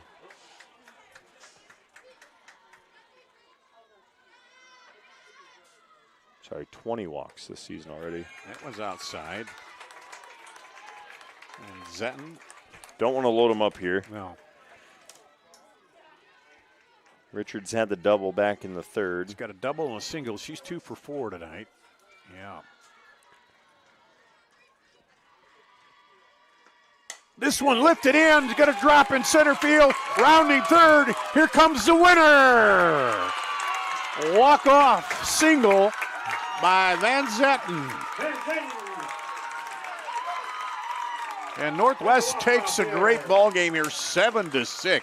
Fantastic softball game. 7 runs on 10 hits, 2 errors. Valley 6 runs on 9 hits, no errors. Wow, John, what a good one here. What a dandy, and a late night, obviously. Thoughts go back out to that umpire who departed early due to medical reasons, but what a game. Instant classic. These two teams certainly hope to meet again up in Fort Dodge, and I'll tell you this much, if they do, it's going to be another fist fight. Should be another good one here. Thanks to John Schaefer. I'm Dar Danielson. Thanks to Marion on directing tonight and our camera people here tonight. Thanks to everybody for watching. That's going to wrap it up here as Northwest gets the sweep over Valley tonight. Number 1, downing number 5 here in both games on